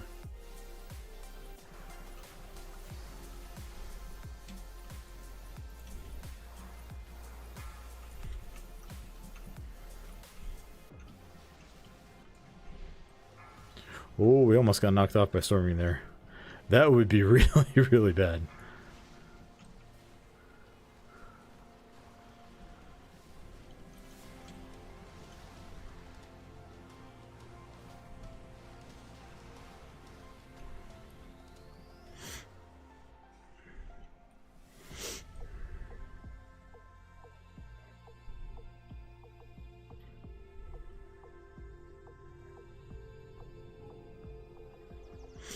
Yeah, if you use Deadly Boss mods these days, you also need to download a dungeon version. It's just called, it's like DBM Dungeons or Deadly Boss Mods Dungeons. They did separate it out a while ago.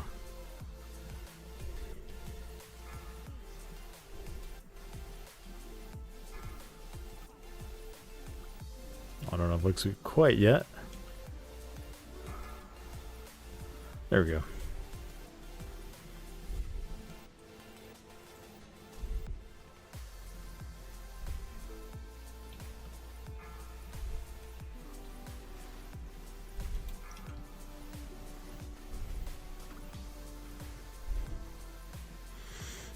Use Big Little Wigs.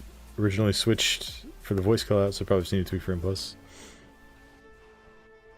Yeah, I tried out. Okay, it's been a long time since I tried out Bigwigs.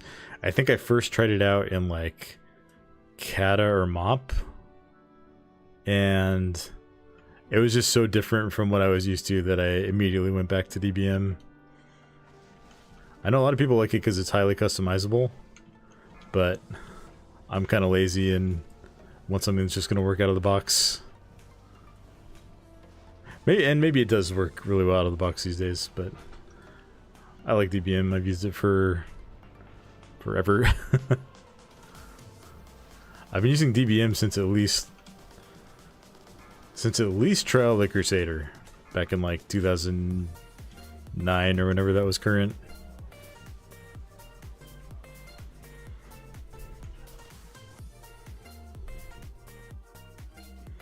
It's very different, but I opt in for every raid fight, and the optional voice callouts are amazing. The time, nice.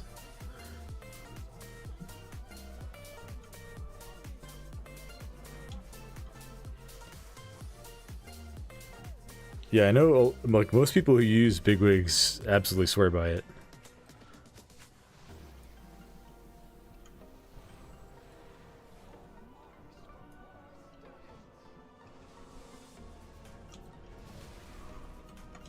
Run. Breath incoming.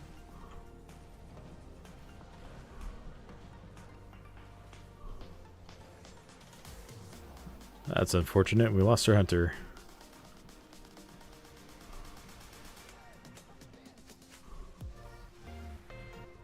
Run.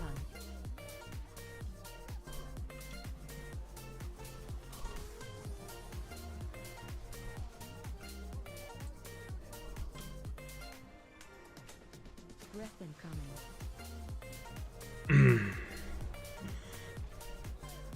Alright, we're getting a little crowded over here. Hey, how dare you? How dare you, Sir Dragon? Spread.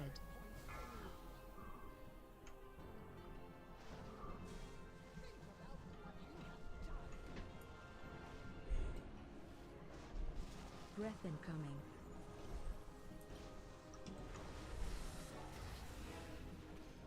Run.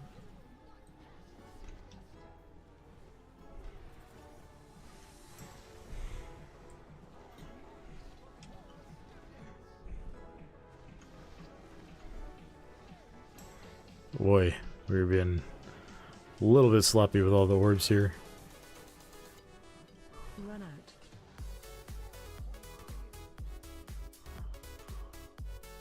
Watch your feet. Breath incoming.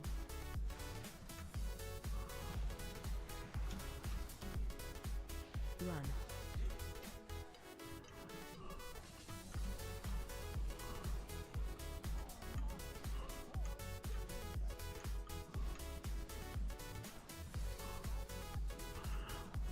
It's got to play some dodgeball here. These things do despawn eventually. I think after 2 minutes they start to despawn. Breath incoming. So we just got to ride that out. Run. Yeah, we're getting some room in the middle here.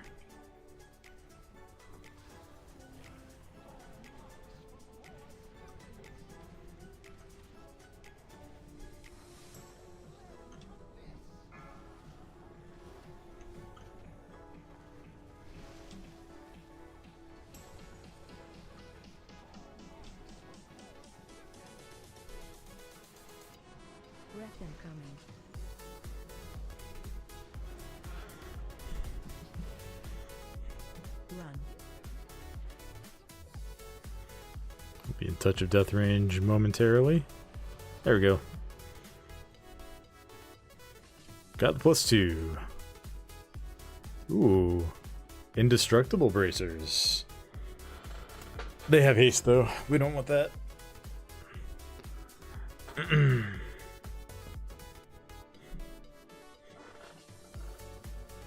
if the healer needs, probably not, he was pretty big. Oh, maybe.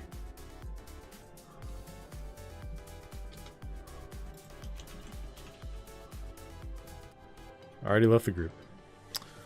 Oh well.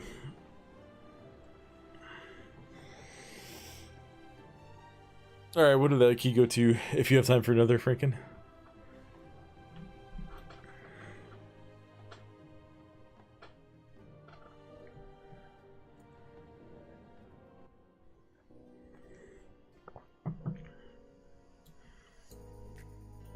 Probably not tonight. Right on. 8 no cood. Oh, we can give that a shot tomorrow. I will be on at some point. I don't know if I will be streaming tomorrow, but I will be on for sure. It just may be a little bit late because I will have to be doing like packing and stuff tomorrow. Yeah, I mentioned this last night, but for anyone who wasn't around, I'll be out of town for a few days, so there will probably not be any more streams until next Sunday or Monday night. Definitely not Friday and Saturday, because we're going to go on a little family vacation this week. I think I am going to go get a Bear Key done right now, though. Let's get our +2 done. Just kind of inching along on the Druid.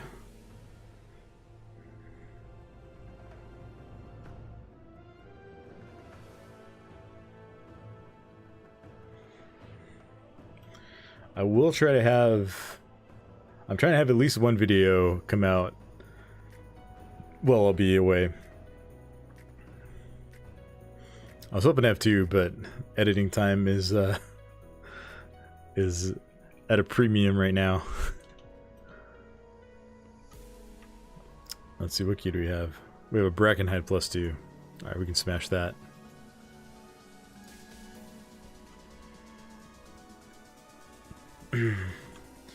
Yeah, Druid is limping along behind the other tanks right now. I do have my Jaroon. I do have a Rage Heart and a Seal of Flail Duty. I also have a 428 Season 2 helm, so rocking that. Yeah, this gear's kind of all over the place. I think I just have 2-piece. I've got like 2 or 3 tier gloves. I have my Cheat Death trinket from Season 3. But I got, I think the first time I ran Dawn and then never upgraded.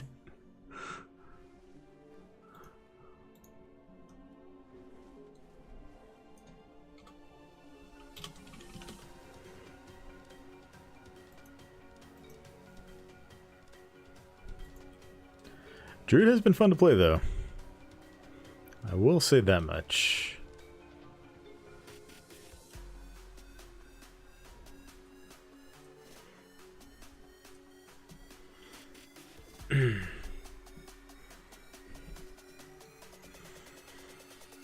I could craft a few pieces. Well, the problem is I only have 3 Splintered Sparks. Higgums, great to see you live. I was listening to your VODs on YouTube all day while I gamed. Great background entertainment. Thank you. I really appreciate that. Glad you're finding those entertaining. Hopefully they're, yeah, just good background noise. That's always good to hear. And thanks for stopping by while we're live. I know my streaming hours are a little bit off depending on where you're located. Certainly late for most people in the US. Maybe a little early if you're in Europe.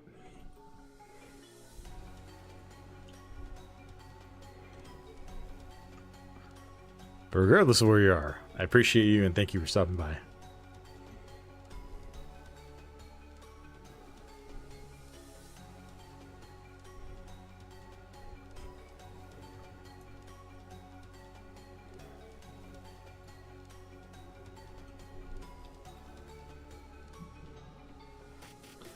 Central time zone, so definitely late, but that's alright. Even if I can't get you live, I appreciate the YouTube vibes. Yeah. Yeah, I mean, there's like no reason for me to not leave them up. So I'm happy to do that, and I'm happy you find them entertaining. I'm in the Pacific time zone, so...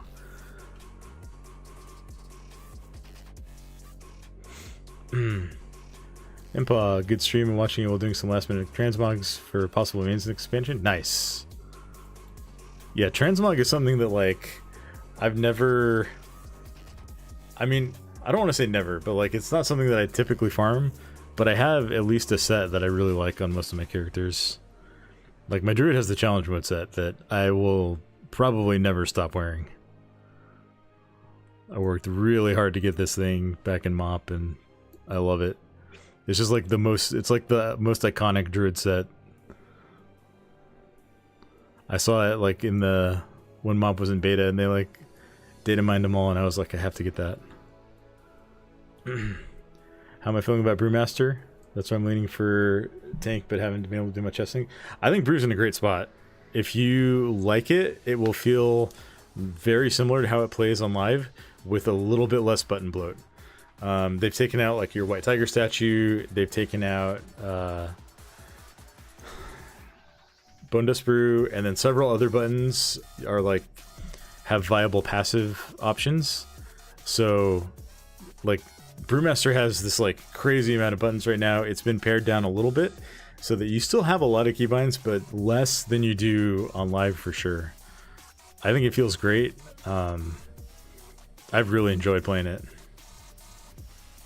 I'm not big on transmog, but actually seeing your War in the Mage Tower set made me go out and do it last week. Nice. The cruel fight nearly minimally destroyed me, though.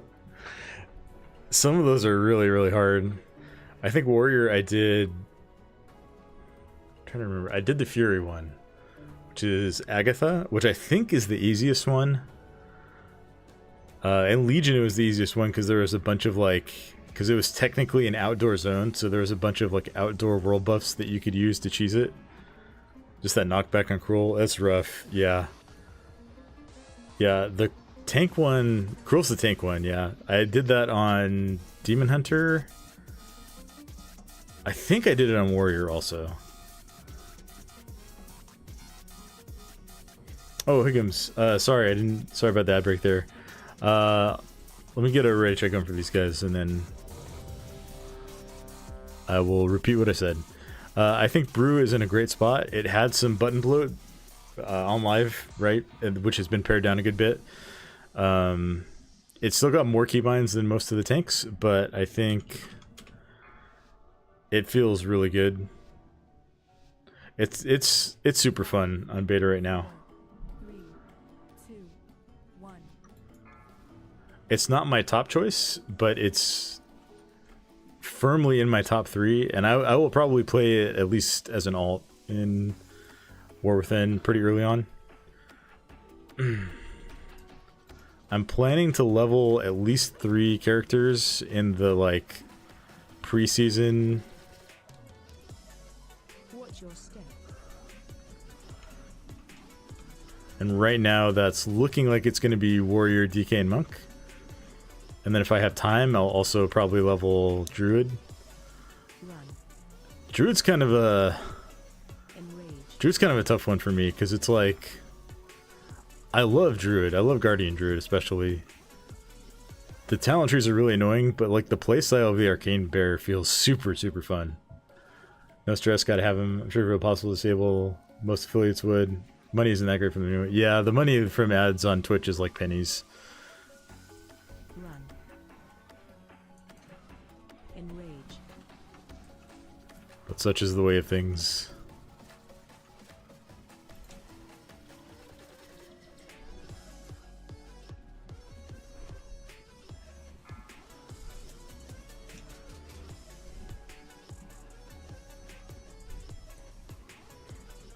Those guys just destroyed the healer.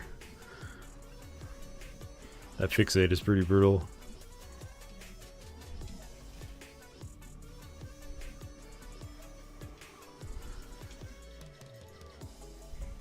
Run. Enrage.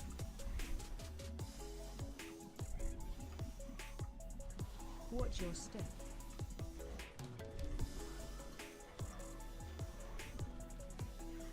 Roast Arcane Bear would encourage Boomkin weaving. Enrage. Some of the most fun. That was Season 1 Shadowlands going Boomkin Provoking. That was actually a lot of fun. I did that with Bear in Season 2, especially in Raid.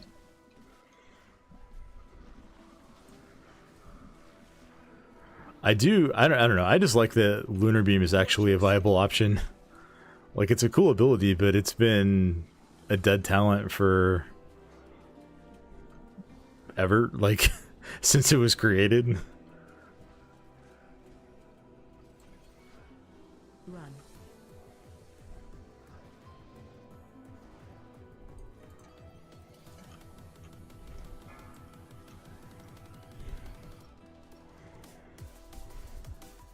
Run.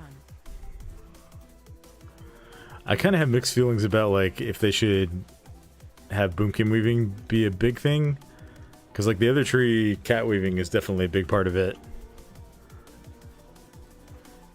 And if you had to choose between, like, one weave or another, I don't know, sometimes I just like to chill in bear form and hit my 3 buttons.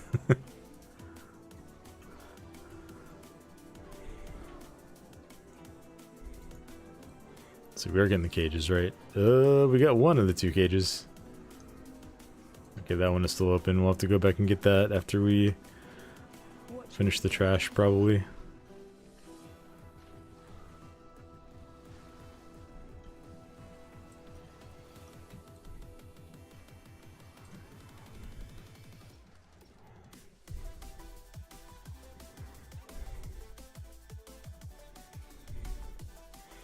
We'll have Incarn for this pull. Part of me wants to double pull this, but I don't know, 2 Wart Scourges is really sketchy in low pugs. Because it's like one of those fears doesn't get kicked and then the whole thing goes down the drain. Totally fair. Cat weaving makes more sense. Hoping to do another pass of all Druid specs and hear talents before it goes live. They all just feel a little off. Yeah, I agree on that. Interrupt. The class tree... I mean, I made a video on Guardian Druid and I had some things to say about the talents. I think the class tree needs a rework from the ground up. I think it's better on beta than it is on live. But I think that's like an extraordinarily low bar to clear. Run. So I'm not thrilled about it. And then, yeah, the class tree, or the spec tree just continues to be in a really bad state. Interrupt. Like, I mean, come on. Why on earth is Incarn, which is our main cooldown, 5 separate talent points in the tree? Why is that allowed to be a thing? What other class has to invest 5 talent points that provide a functional cooldown?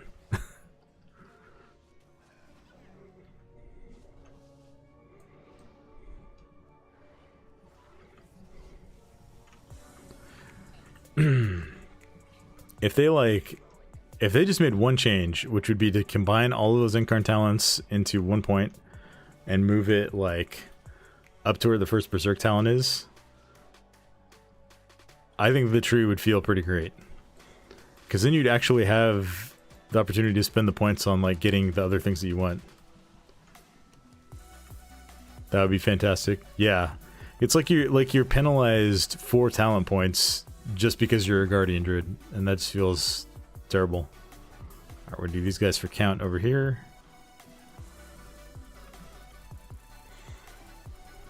Because I was messing around with a no Incarn build on beta, and if you do no Incarn, like, I don't want to die with all this in the background, but you can get all the arcane talents, and you can get a couple of thrash talents, and that just feels really good.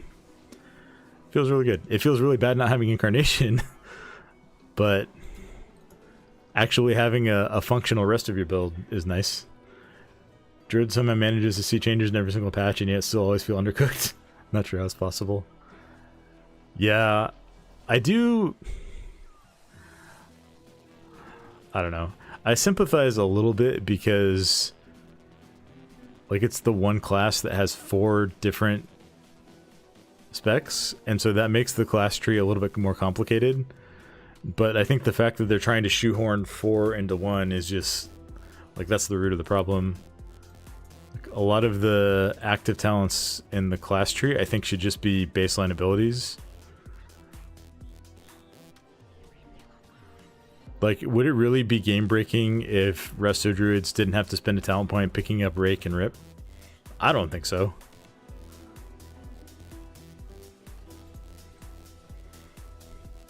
Right, because Incarn is probably the most fun Tinkle in the game. It is. I think it is. There is very little in the game that makes you feel more powerful than having Incarn up as a bear.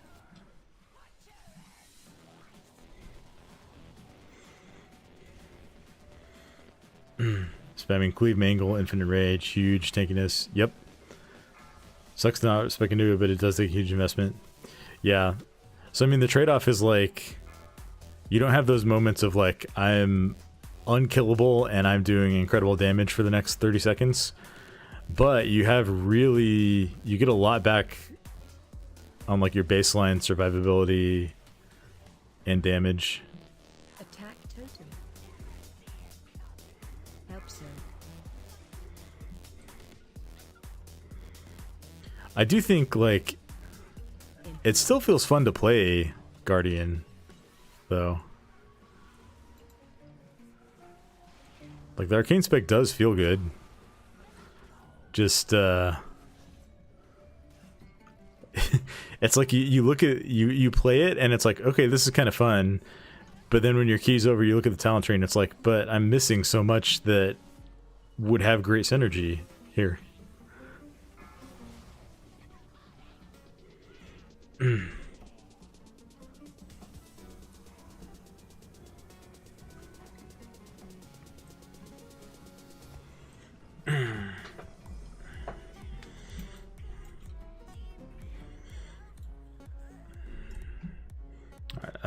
I'm gonna open up the cauldron.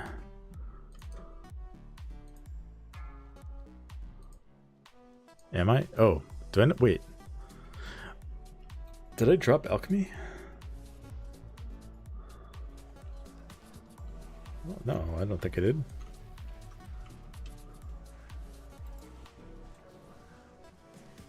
I don't know why it wasn't letting me open it.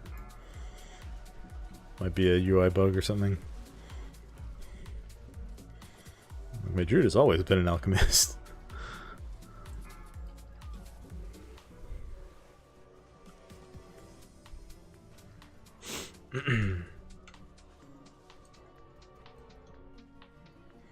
I get bummed because I love to tank, and plus Ben Raiders prefer range DPS. So I want that to be one character. I have Druid, and Boomkin has some serious ups and downs.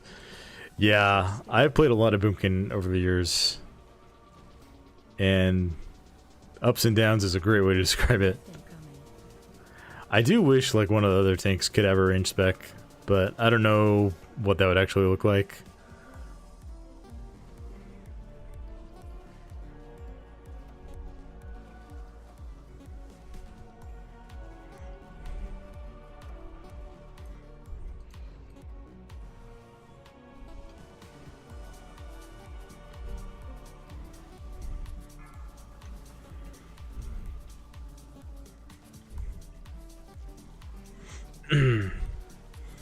Yeah, doing these huge Incarn pulls as Bear just feels fantastic.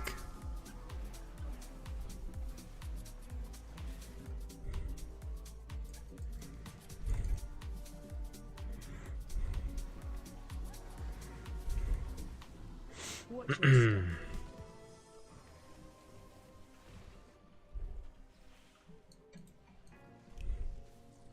Breath incoming.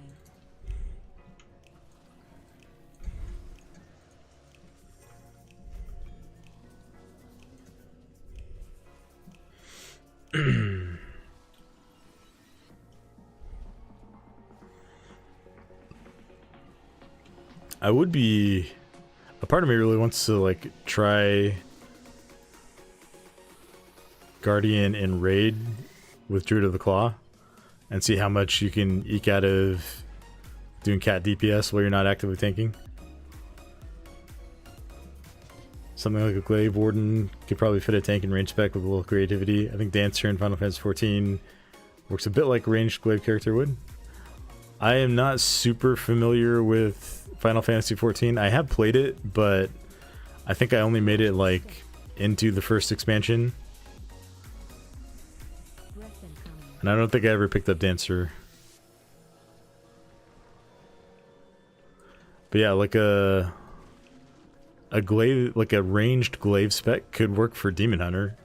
And that would give it its third spec, right?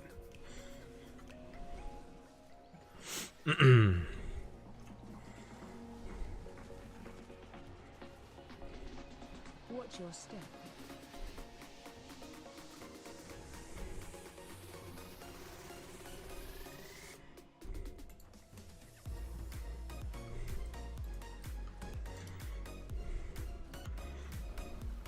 That Hero Town lets bears feel like they did back when it was just feral for both. That would be really cool. Yeah, that would be awesome. I don't think it's quite there, but it does make it so that you can pretty fluidly weave in and out of cat form. Because there's a new talent on the class tree that lets you use Rake in any form and it will shift you into cat form. And it also lets you use Mangle in any form and it will shift you into bear form. And then one of the talents on the hero tree, basically, it's like as you use Mangle, you're building up stacks of a buff, and when you get to 6 stacks, the next time you shift into cat form, you get full combo points. So you just track your stacks, and then when you get to 6, you hit Rake, and then you hit Rip, and then you hit Mangle, and so you only have to spend 1 actual, I guess 2 actual GCDs. Oh, don't do that, don't do that. Don't shift out of bear form. I spammed my regrowth a little too hard there while I had Dream of Cenarius and started hardcasting one after the instant one went off. Thankfully we didn't die. But yeah, so you basically can get a full combo point rip up. I think it also, like the Hero Town also increases the damage of that rip for its full duration. You can get that up in basically 2 globals of not being in bear form. And then there's other talents that like allow you to maintain most of your defensives from bear while you're in cat form. You keep like 80% of your health and stamina. So as long as you don't do it during a tank buster, it's pretty sick. It's pretty safe. Praise be the 2 key. If this were a 10, we might be running. Oh, we for sure would have been running back at a 10. I don't know, this character is not ready to do a 10 though. It's really cool. Gotta hop on and try that out. Oh, why did I do that? No, that was so dumb. Why did I run out? Oh boy. Defensive. Well, this might be a rip here. We'll see if we can take it. And that's not an actual enrage effect. We got Incarn. Defensive.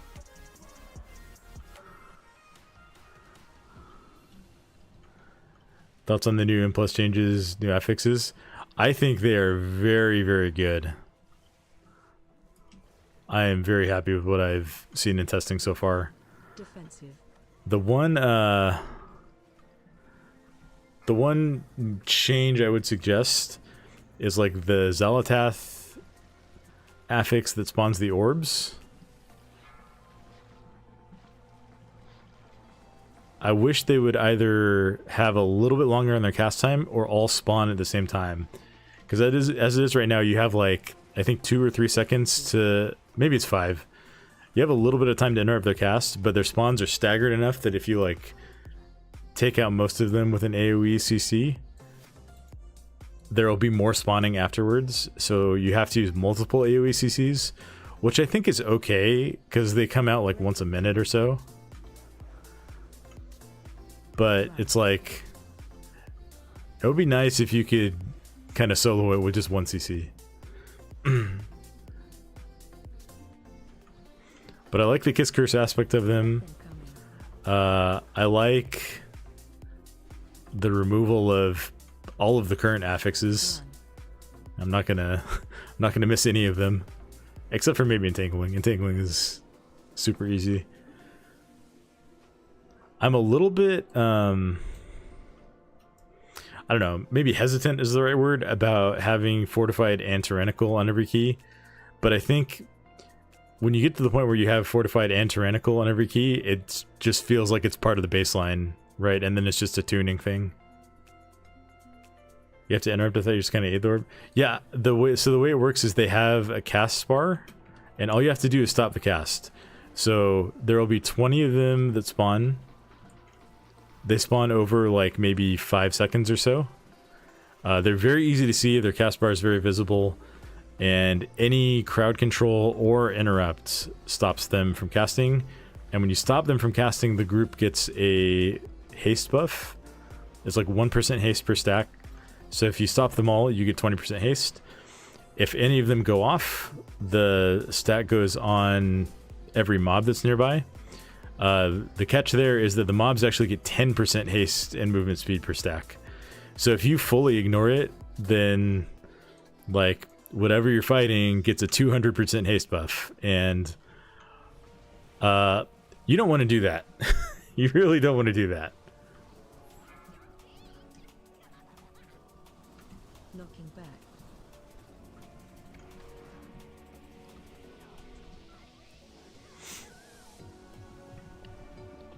Yeah, it's on like it feels like it's about a 1 minute timer while you're in combat. Spread. Um, Knocking back. and it does feel pretty fun. It's like a nice little Kiss Curse effect.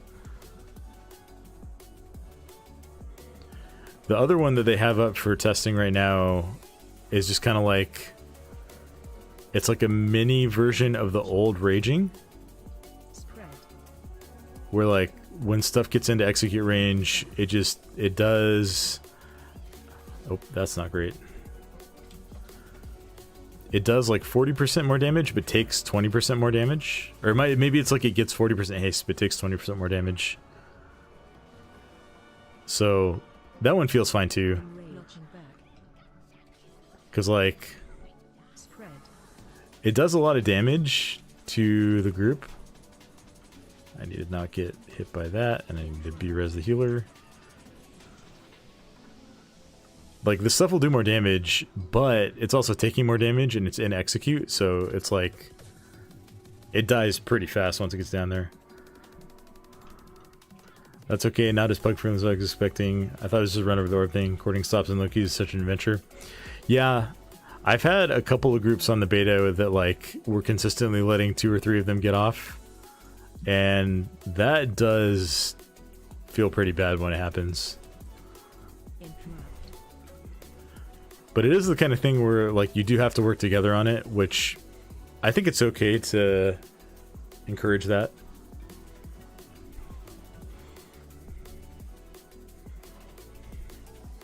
Most of my groups haven't had a problem. They don't spawn in like a huge radius. It's like, so Xalatath will like drop in right next to you, and then she'll start spawning them in maybe like a 25-yard radius around her, or it might be smaller than that even. Most of the time on my Druid, if I timed it right, I was able to get them all with a single demo roar. Is it demo roar? Yeah. Or in-cap roar. I've been playing so much warrior, demo shout, got me confused.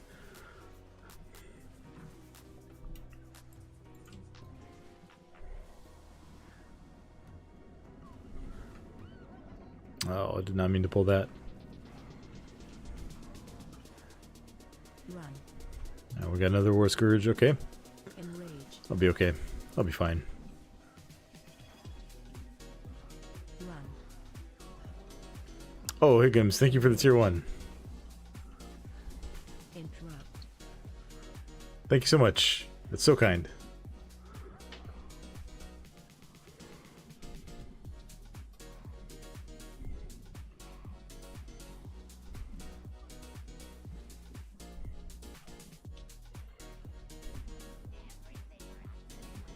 Ad break be gone. Indeed.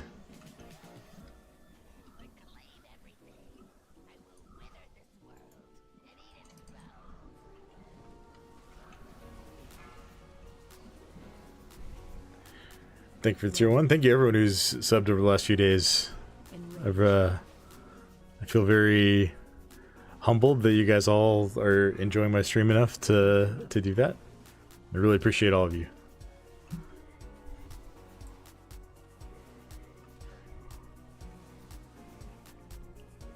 Yeah, I'm interested to see if they're gonna try to test out any more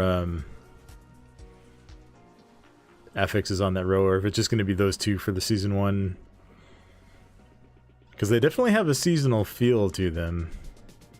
There's like 100% chance this Rot Hexer gets pulled into the boss, but we'll deal with that.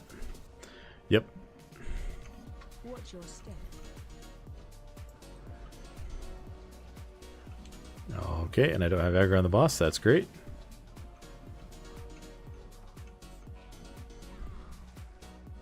Attack totem.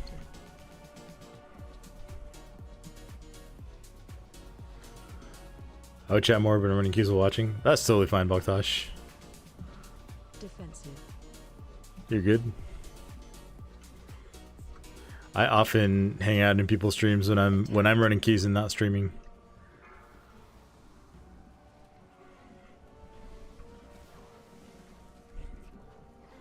We lost our hunter. And we're out of B-reses, so we're just gonna have to deal with it. Defensive. Let's finish off this Rat Hexer, please. Oh, we lost our Warlock too. Okay, well. Attack totem. I should just start pulling that Rat Hexer every time. Like, I think the last 5 times I've run this place, I've tried to skip it and it's gotten pulled during the boss fight. I don't know why I keep trying. Attack totem.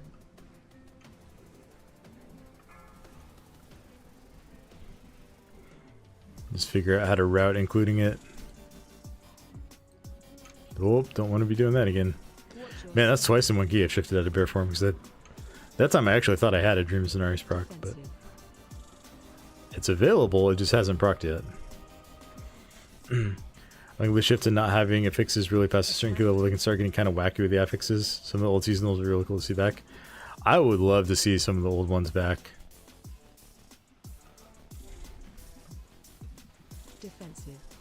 And stuff like Prideful is pretty interesting, fun at lower key levels. New system would do it well, I think. Attack totem. Honestly, I think you're right. Like a reskinned or reflavored Prideful could be okay. It did like the downside with Prideful is it had the potential to completely brick your entire route if you like had one extra mob pulled in. But on lower keys, that's not too much of a problem, right? Because you're generally not going to be relying on the buff from the Prideful to kill a hard mini boss, or on being able to skip the Prideful if you're just not trying to deal with it. I know my new Impulse on beta. I think it's in a really good spot. I really do. Maybe it'll get old after like a whole season of only having 1 or 2 real FXs to deal with, but I don't think so. Watch your step. This boss is going to take a while with only 3 people.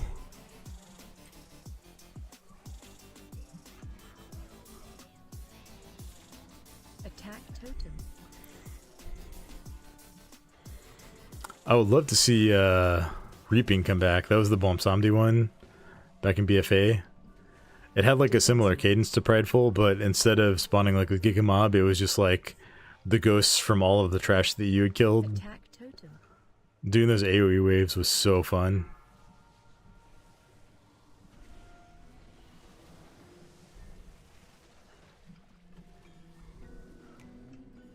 Watch your step. Defensive.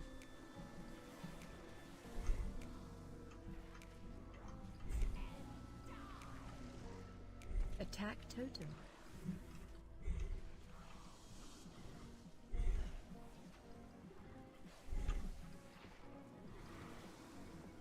Defensive. Alright, boss should die pretty soon here. Attack totem. There we go. Still got the +2.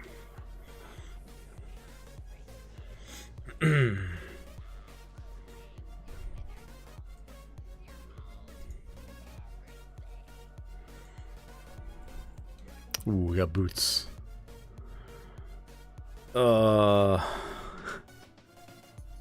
That's a massive item level upgrade, but it is going to replace my slimy expulsion boots. I mean, I will definitely wear them.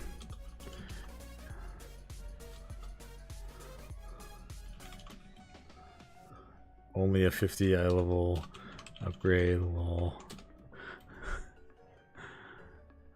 I think I don't know how much damage the proc from that is actually doing at this point. It did under 2% of my damage. Okay, I don't feel bad about that. I don't feel bad about that at all. Just enchant those and slap them on.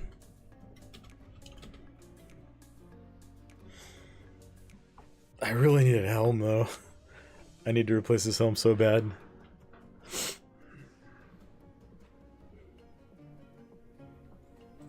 Any affix that lets you blast is just a big plus for sure.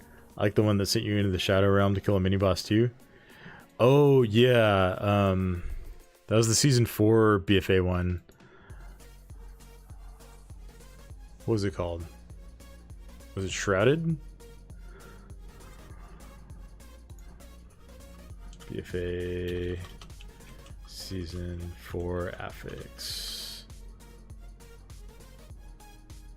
Awakened. That's what it was. Yeah, that was sick. It basically was like, you have to kill a mini-boss, but then you get like an infinite duration shroud that you can use to go anywhere in the dungeon. That was so cool. Anything that adds a level of creativity that you can engage with is super, super fun. Let's grab a boot enchant, because if I don't, I will completely forget.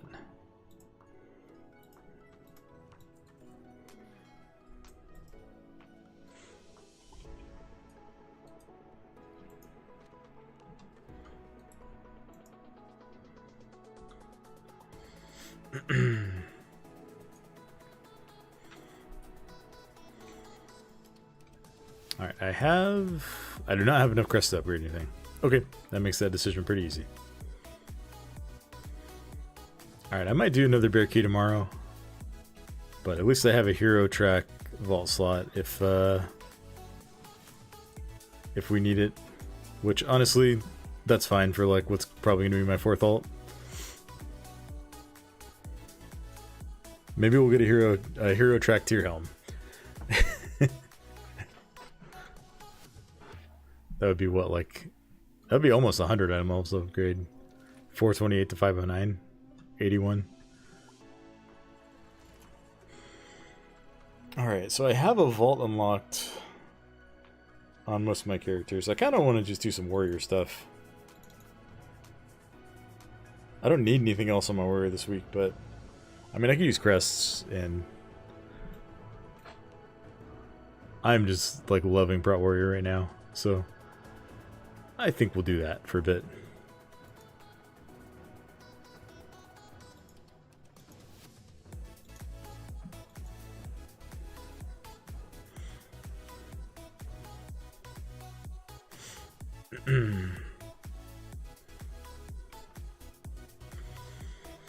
Let's see. I am fresh out of Aspect Crests, and I have 2 Worms Crests. That's an unfortunate place to be. That means whichever key I do, I'm not going to have enough to upgrade something afterwards. I had a Grand Hunt spoils, apparently. I guess I was flying over somewhere and people were clearing it. But you know what? We'll just go ahead and do a key anyway. I have an 11 Algathar. Hold on. My warrior does not actually have any portals to the Dragonflight dungeons. I got all the portals on this character last season, but last season, of course, didn't have any Dragonfly dungeons. Well, I guess it had Dawn of the Infinite. Let's do Algothar on a 10. We'll have to deal with Raging, but I don't think it'll be too tough.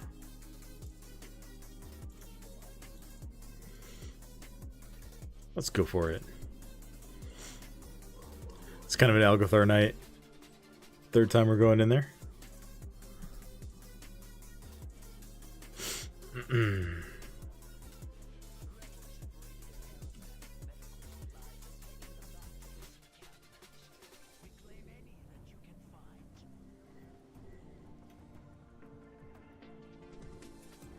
We'll see if we can actually find a group for this right now.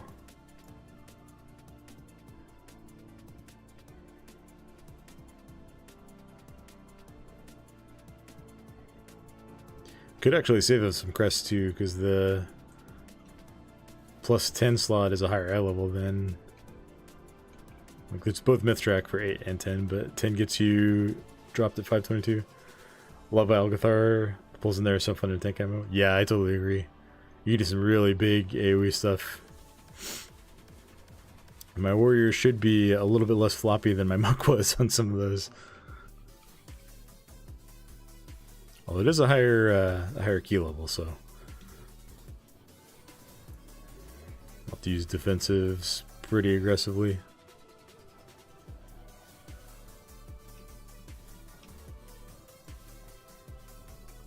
I'm gonna change the music up a little bit.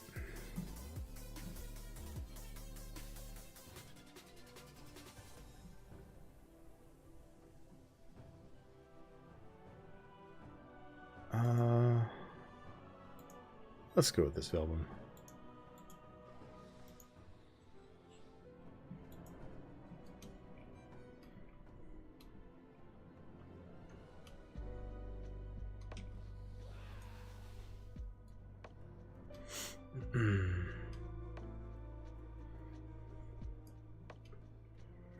Let's see.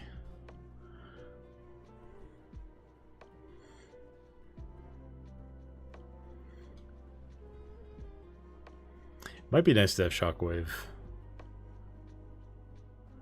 I feel so bad to try to take Shockwave right now, though, because like having all of the Thunderous Roar talents feels really, really good with the tier set.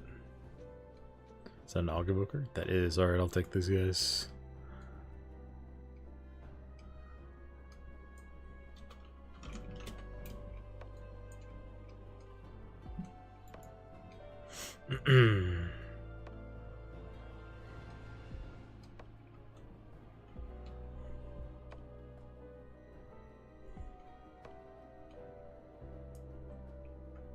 Is there a shield that drops an Algothar?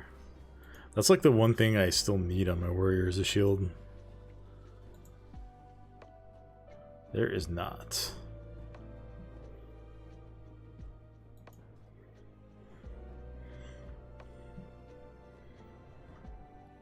I mean, I could get Bullions next week and then just buy an Awakened Track Shield. Or maybe just loot one from the vault. But I'm stuck with a Champion Track Shield for now. I've done the raid the Awakened raid the last 2 weeks and did not see a shield drop.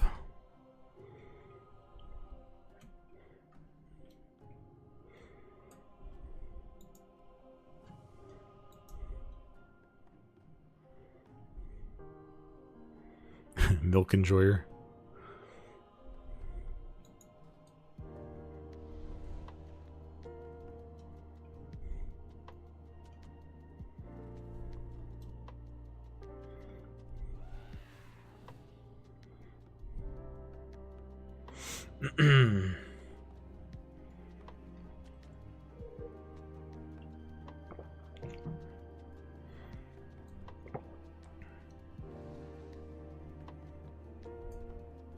There we go, we got a healer queued up. One of the rare 2-letter names. We could grab a DPS warrior.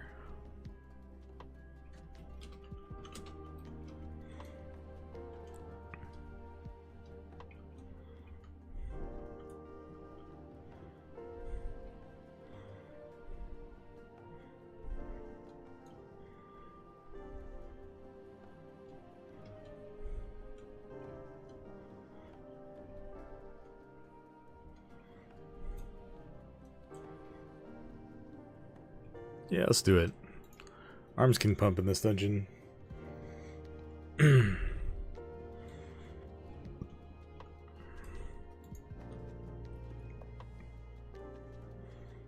summons going here.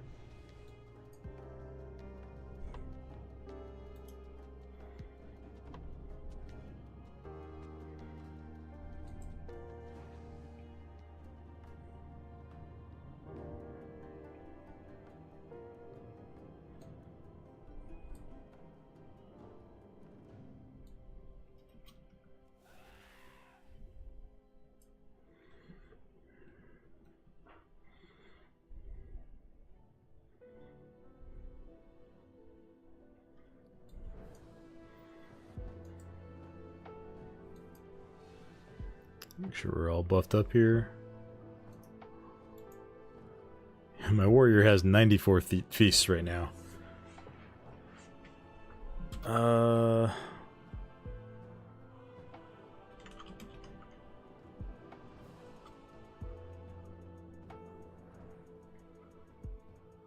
Not trying to insert myself tonight, but for future reference to every viewer keys. I am happy to do keys with people on stream and in chat. We I don't know if he's still around, but Baktosh joined us for a key earlier. So yeah, if I'm ever doing a key and you want to join in, just hit me up. Happy to play with my viewers. Yeah, there he is.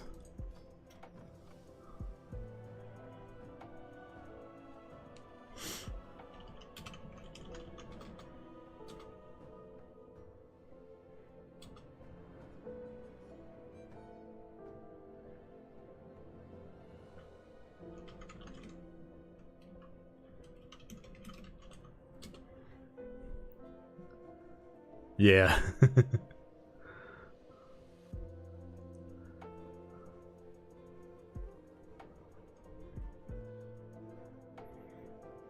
Alright, well, everyone said they're ready, so...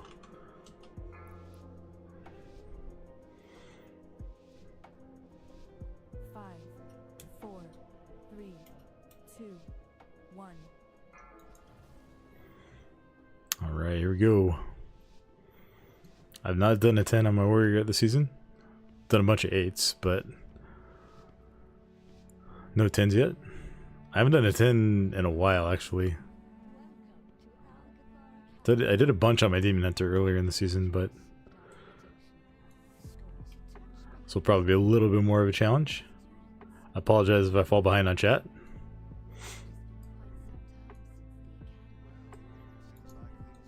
Just try and stay calm and have a good time.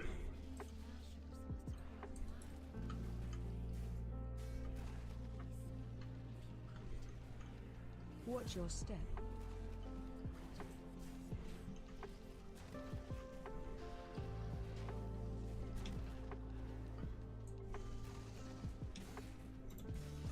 Go ahead and drop Ravager.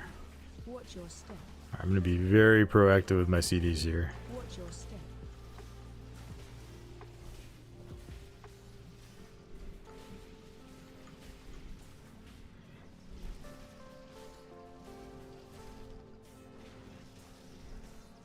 Watch your step.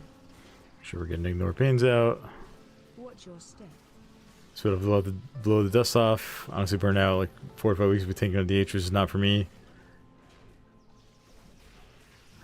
I kind of felt the same way, honestly. Been vibing with D4 Cat and Mob Remix. Wanna hop back into retail? Nice. Watch your step.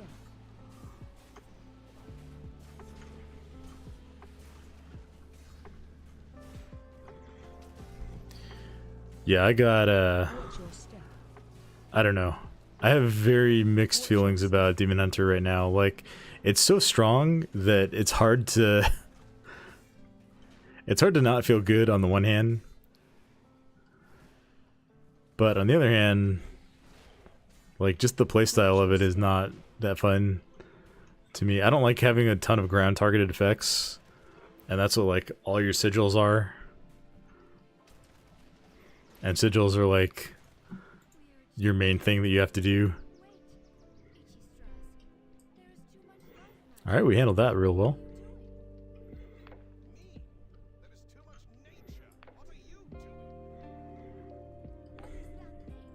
I also don't like that you kind of have some of the spikiness of Blood Decay without really having nearly as much of the self-healing.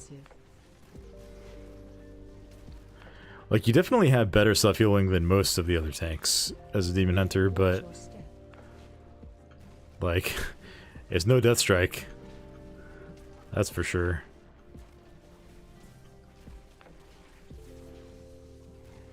Watch your step. Big ad. Interrupt.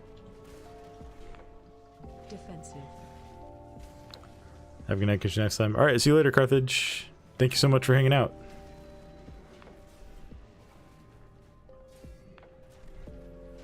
Watch your step. AOE incoming.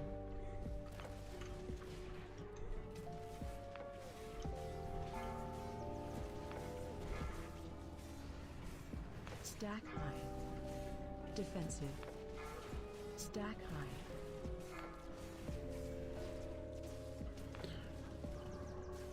Watch your step. Only 42 stacks. Ugh. What am I supposed to do by that? I guess Shield Wall did come up at the end there. Big ad. And we don't have a B-res either. Oof. Oh, wait, we do. Okay. Defensive. Okay, Shield Wall. Oh, no, it's too late. Watch your step. Well, this is not going to end well. Incoming. Can I nope, can't reset it. I'm just going to die. We'll take the L here. A lot of people get so lazy with stops. If you pay attention to any number of different things for 5 seconds and miss a sigil, it's just GG and the group tilts. Yeah, that's true.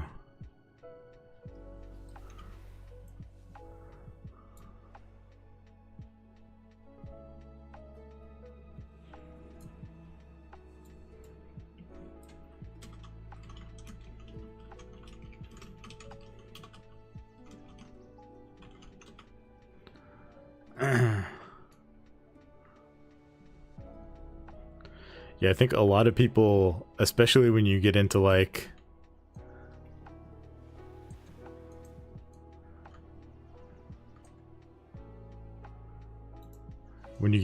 tens and higher,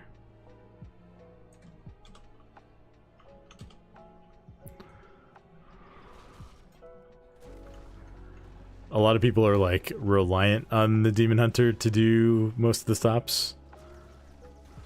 Defensive. You kind of feel it too when you're playing other tanks right now. Watch your step.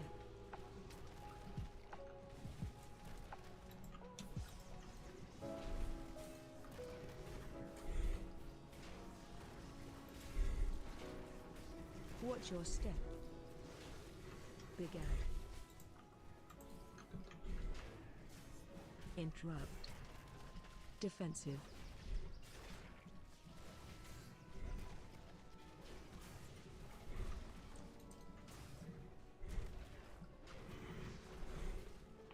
Watch your step. AOE incoming.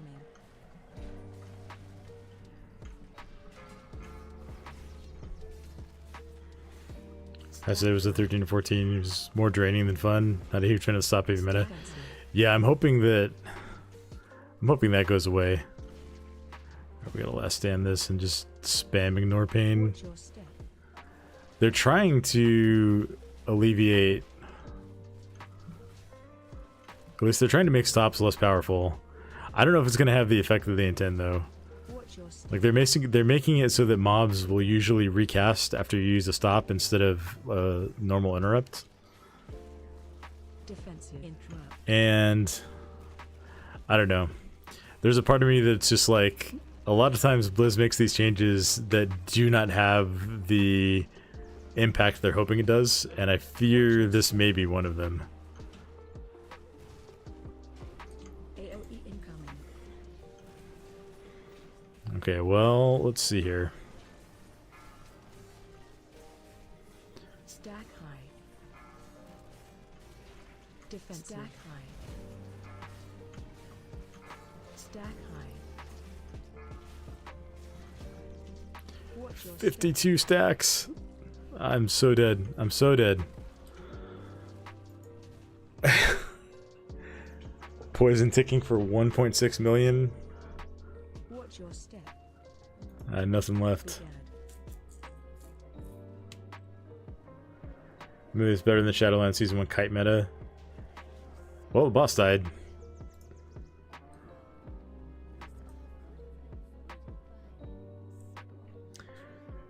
Right, that might mean we see more stops rather than accepting the cancel topic. Exactly. Like, the solution to making stops less important is to make less mechanics on trash.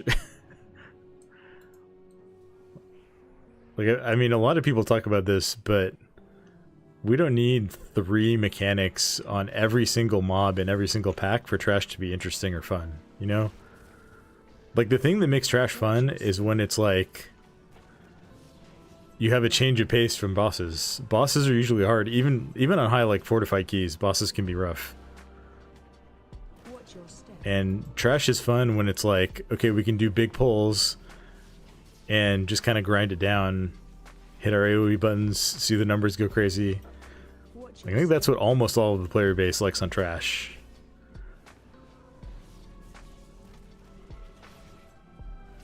run.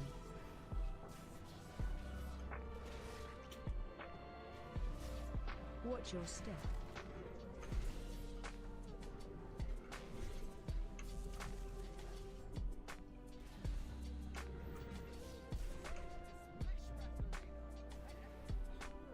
By the way, if anyone plays a priest, when people are flying over the air bridge like that, if you life grip them in the middle of that air bridge, they will fall to their death. You can do with that information what you will. I know I've shared it before, but just gotta spread the word. If you're like in Algathar in a leveling dungeon and someone is saying unkind things, you can make them take a little bit of a penance there.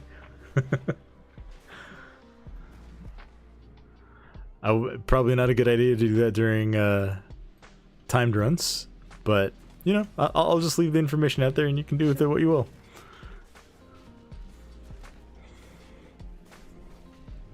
Interrupt. I love that. I share that one of my guild friends plays a priest almost exclusively, and I told him about that, and he used it on a few other people, and then he started using it on me. So I was like, wait a minute, isn't that how this is supposed to go? Sounds like I'm brushing off the Shadow Priest review keys. Oh no, what have I done? Shockwave. Shockwave.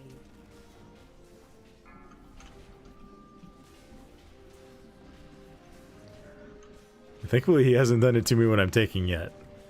But there have been a couple of times where I'm like DPSing a key and Shockwave. I've had a sudden drop. Shockwave.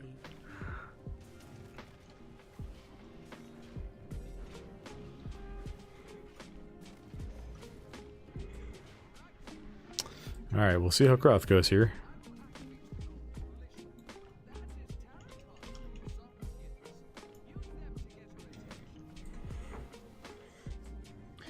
I am a swap blaster enthusiast in Raid, so anytime someone trolls me like that, I kind of view it as a little bit deserved.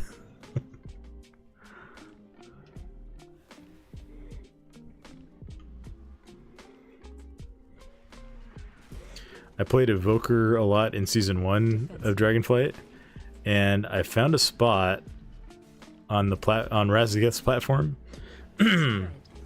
It's like right behind the spot where you land after you take the drakes across from the previous room. and there was a spot on like the ring below the platform that you could rescue someone to.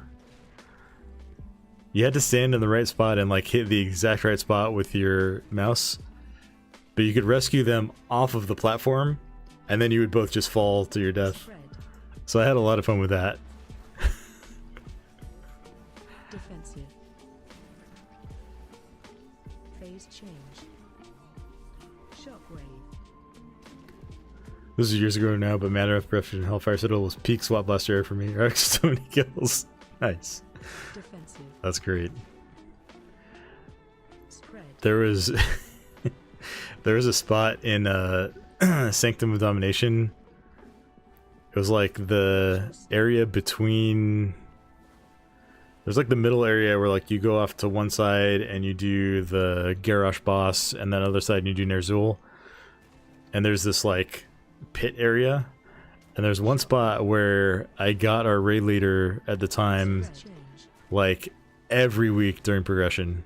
Like I got him like 10 weeks in a row, because I got him on farm a bunch too. That was really fun.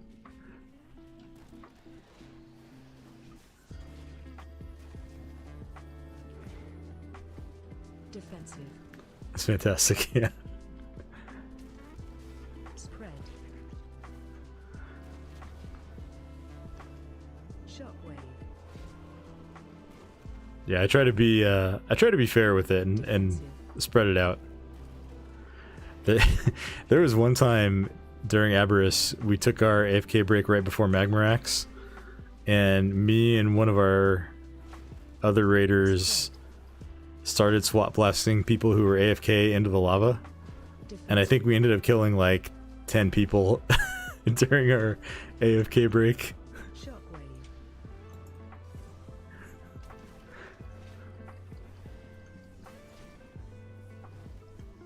Defensive. Spread. So I will surely be on the lookout in what is it, Nerebar Palace for season 1 for some good swap blasting spots. Funny thing is, the most fun last ever episode was when I was raiding around US 15th. Came back and raided in 2 different, more laid back guilds since then. They've both been grumpy about blasters. That is interesting.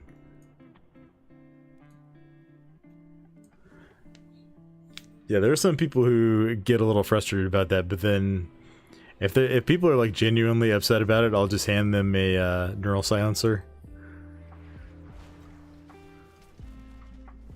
I feel like if you're going to engage with it, that's absolutely cheating and you shouldn't do it, but if people want to be excluded, then I'm willing to throw them a bone. I think a lot of people don't realize that you don't actually get a repair bill for falling damage, and like if you fall out of the map like that, at least most of the time.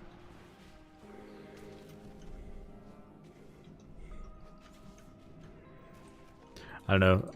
I've never rated at the US 15 level, but I find generally like people, like the higher up you go the ladder, generally the less seriously people take stuff like that. Like obviously those guys don't want to waste their time on progression, and if people are like wiping the same mechanics over and over again, they'll probably get pretty frustrated.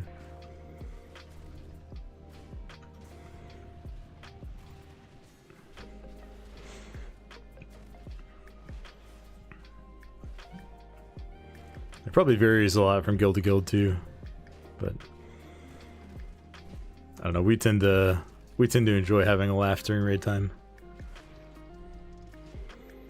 It's like the better the guild, the more chill their mentality was. We were always messing around during more routine pulls, parts of the night, and I loved it. That's one thing I appreciate about my guild. Is like when we're not trying to do mythic, which we probably just shouldn't do, we tend to have a lot of fun.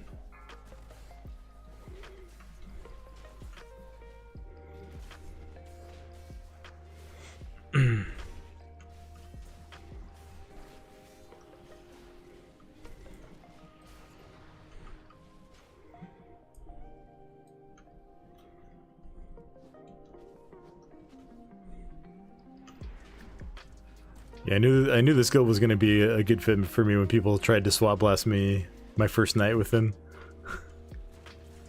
It's like, okay, I'm going to fit right in with these guys.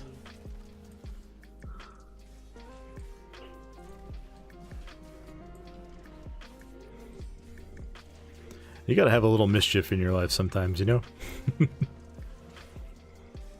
Shockwave.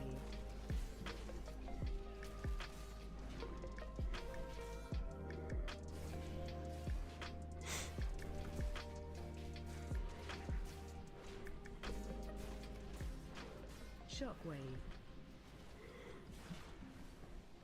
I don't want to curse it, but this group has certainly recovered from the tree wipe. I say as we're heading into the Veximus. Shockwave. Love that. Still really want to come back to raiding. Just haven't found a good fit. Yeah, especially when you do Mythic, like it can be tough to find the right guild.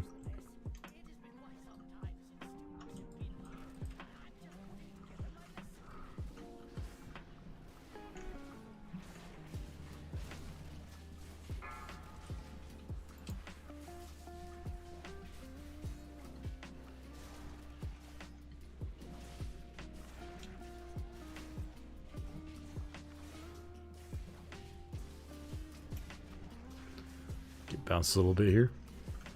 Interrupt.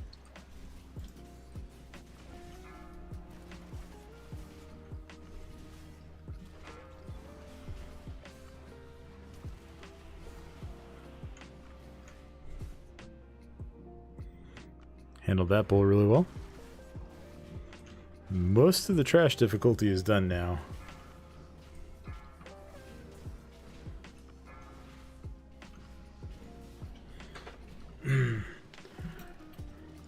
Another month or so, we'll never see a tornado again. I know, right?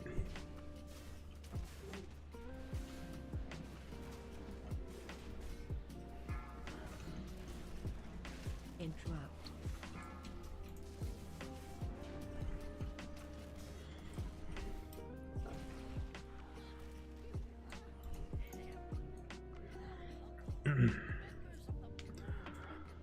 And honestly, storming is like... Storming is one of the least offensive affixes, at least to me.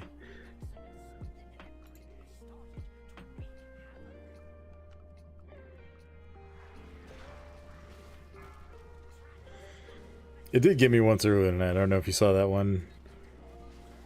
It was when I was doing a monk key in this place actually, and I got storminged right above the green swirlies that the mobs in the tree area do.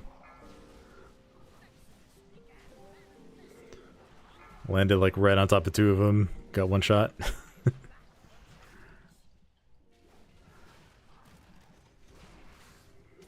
Defensive.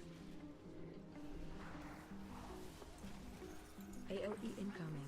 Watch your step.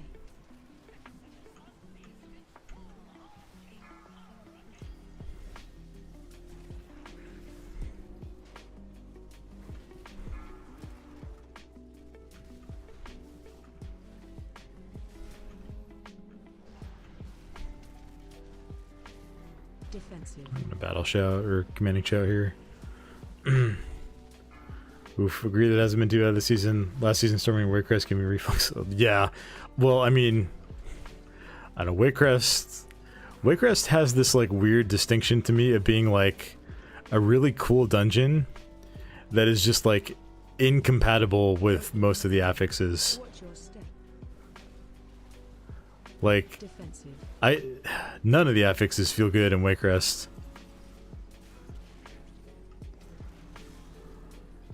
Some of them do feel particularly egregious though, like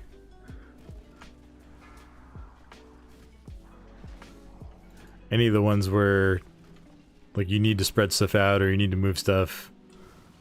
I mean, Sanguine is obviously like legendarily bad in Waycrest.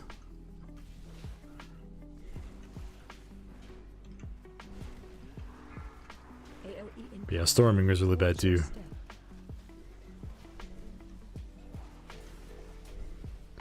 Need back toward the middle. Just a little bit. Defensive. Thematically, one of the coolest 5-mans ever been out. Mechanically, Nightmare. Yeah. It was especially bad in BFA where, like, you didn't know which route you were going to be able to do until the key started and the little force field dropped. That was, I don't know who thought that was a fun idea. I'm glad they at least, like, opened everything up in last season.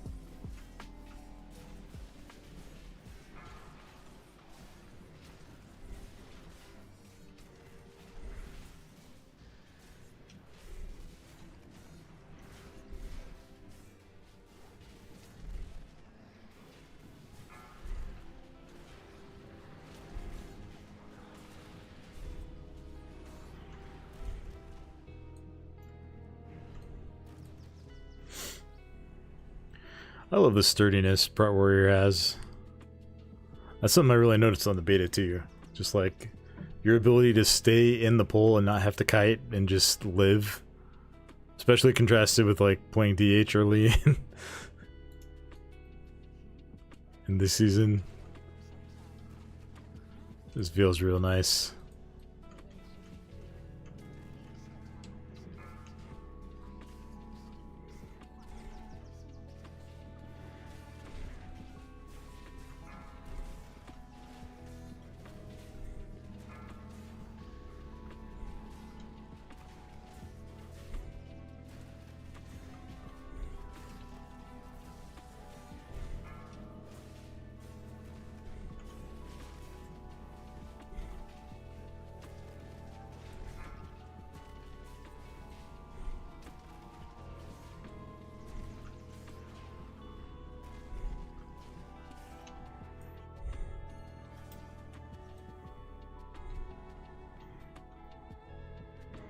As long as we go straight through here.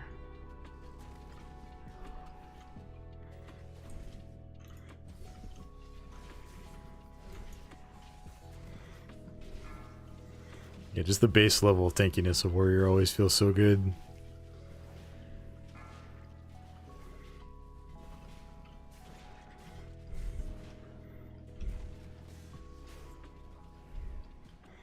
And then just having like the array of defensives that you have for Prot, I also love.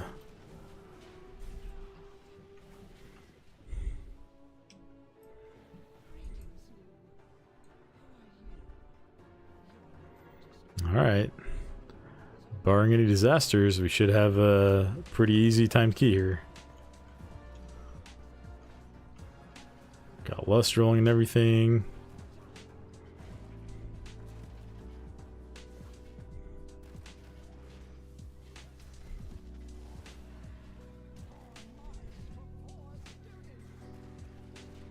Probably we're sitting 5-15, probably sit there after pre-ratch and Uber rolls out.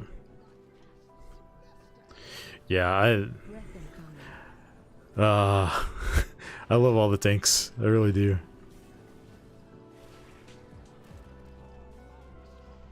I think I'm almost at 515 on my warrior now. Oop. Almost got kissed by that orb. 514.75. I think I'm a little higher in Fury spec because I have well, first of all I have Fear Lath, so it's a 535 main hand, and then I have a Heroic offhand. I'm not a VDH or Prot Pally fan, and I love them all in beta. We're in a very similar spot with our evaluation. I think I need to move the boss. I do think Warrior is my favorite though. Right now, both on live and in beta. I'm just loving Warrior these days. Breath incoming.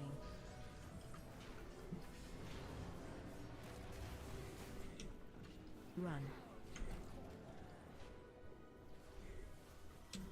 Okay, I'm really not loving having all of those things clustered up over there.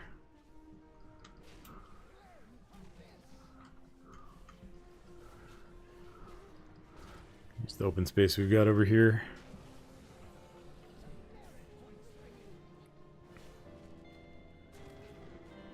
Breath incoming.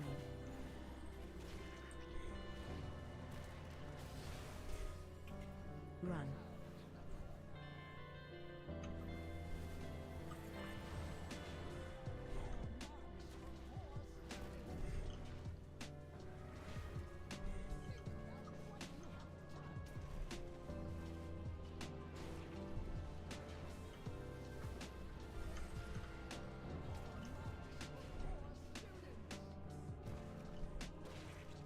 Breath incoming.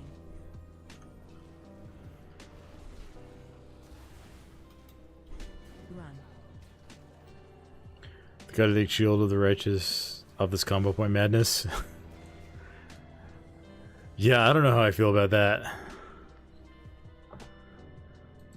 I think Holy Power was a really cool idea. Yeah, I don't know. They had it on charges for a while. Or not Sand and Consecrate. That is my biggest complaint about Prot Paladin. Like, being tied down to your Concentrate feels really, really bad.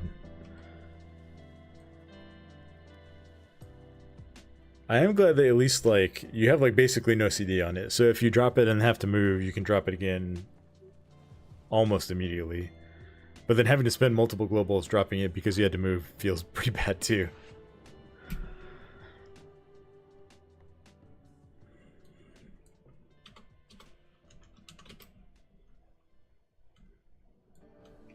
It's fine. They keep Shield of Rest in combo if they get rid of Sand and Consecrate, but both is just... Yeah, I agree.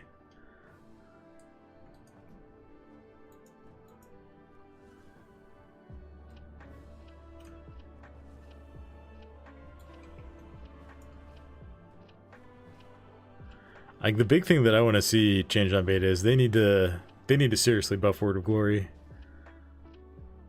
Like, I know tuning is not something I'm trying to judge tanks based on the beta, but Word of Glory has been very, very weak for the entirety of beta right now, and I'm starting to get a little concerned that that's just how it's going to be when it goes to live. And if that's the case, then I'm definitely out on Prot Pally. Don't have to recast Consecrate and can weave in more combo point builders. Yeah, that's true.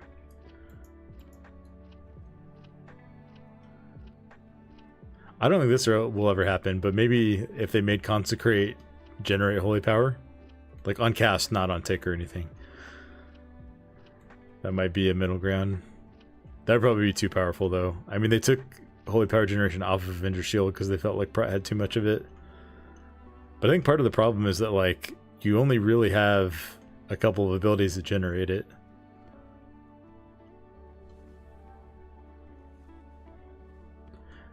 I don't know. I feel like for a class that has a combo point system, every ability needs to either be a generator or a spender. You can't have, like, a third of your abilities not interact with that core system at all. Like, that's just a weird design space, in my opinion.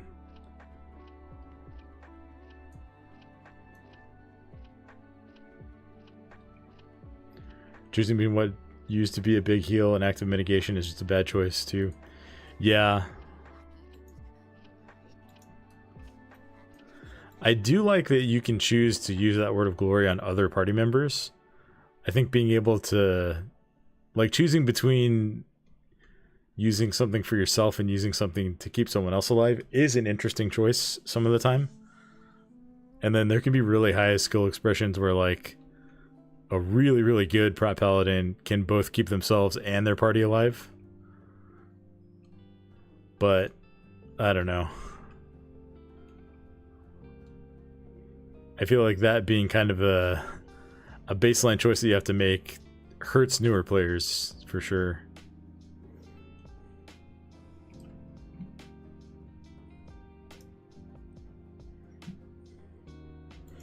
Love hitting someone with a Word of Glory when they make a dumb. It's like, I got you. I got you. Don't worry about it. All right, I think that's going to do it for me tonight, everybody. Thanks everyone who came by and hung out. Thank you for the subs on Twitch. Really appreciate that. I can't thank you guys enough for that. I will probably not be streaming until... let me look at the calendar real quick. Next stream will probably be on Monday the 15th. I mentioned it the last couple of days. I'm going to be on a family vacation for most of this week and most of the weekend as well. We're coming home on Sunday, so depending on what time we get home and how things feel, maybe I'll stream on Sunday, but I'll definitely stream on Monday the 15th. I'm going to try to have a video come out in the next few days, just so there's some content coming out while we're out of town. But in the meantime, if you guys want to chat and hang out, you can check out my Discord server if you want to do that. There's no pressure to, but I do post updates and stuff there. I'll post an update on the YouTube community tab just so people who aren't here right now have an idea that I'm going to be away for a week. Enjoy the break and get away. Be safe. It was a good run with you. Yeah, it was great to play with you too, Bakhtash, and thank you for the warm wishes. Yeah, we're looking forward to it. Get to take some time away from work and just hang out with the family. So, but I will be back in about a week. Until then, hope you all have a great week and a great next weekend as well. And I'll catch you guys next time. Your kids are growing, so get it in when you can. Yeah, my kids. Our oldest is turning 9 this summer, and our youngest is 1.5. So, really fun age. Really fun ages. It's a bit of a crazy house sometimes, but I love it and I love them. So, all right, everybody. See you next time. Bye.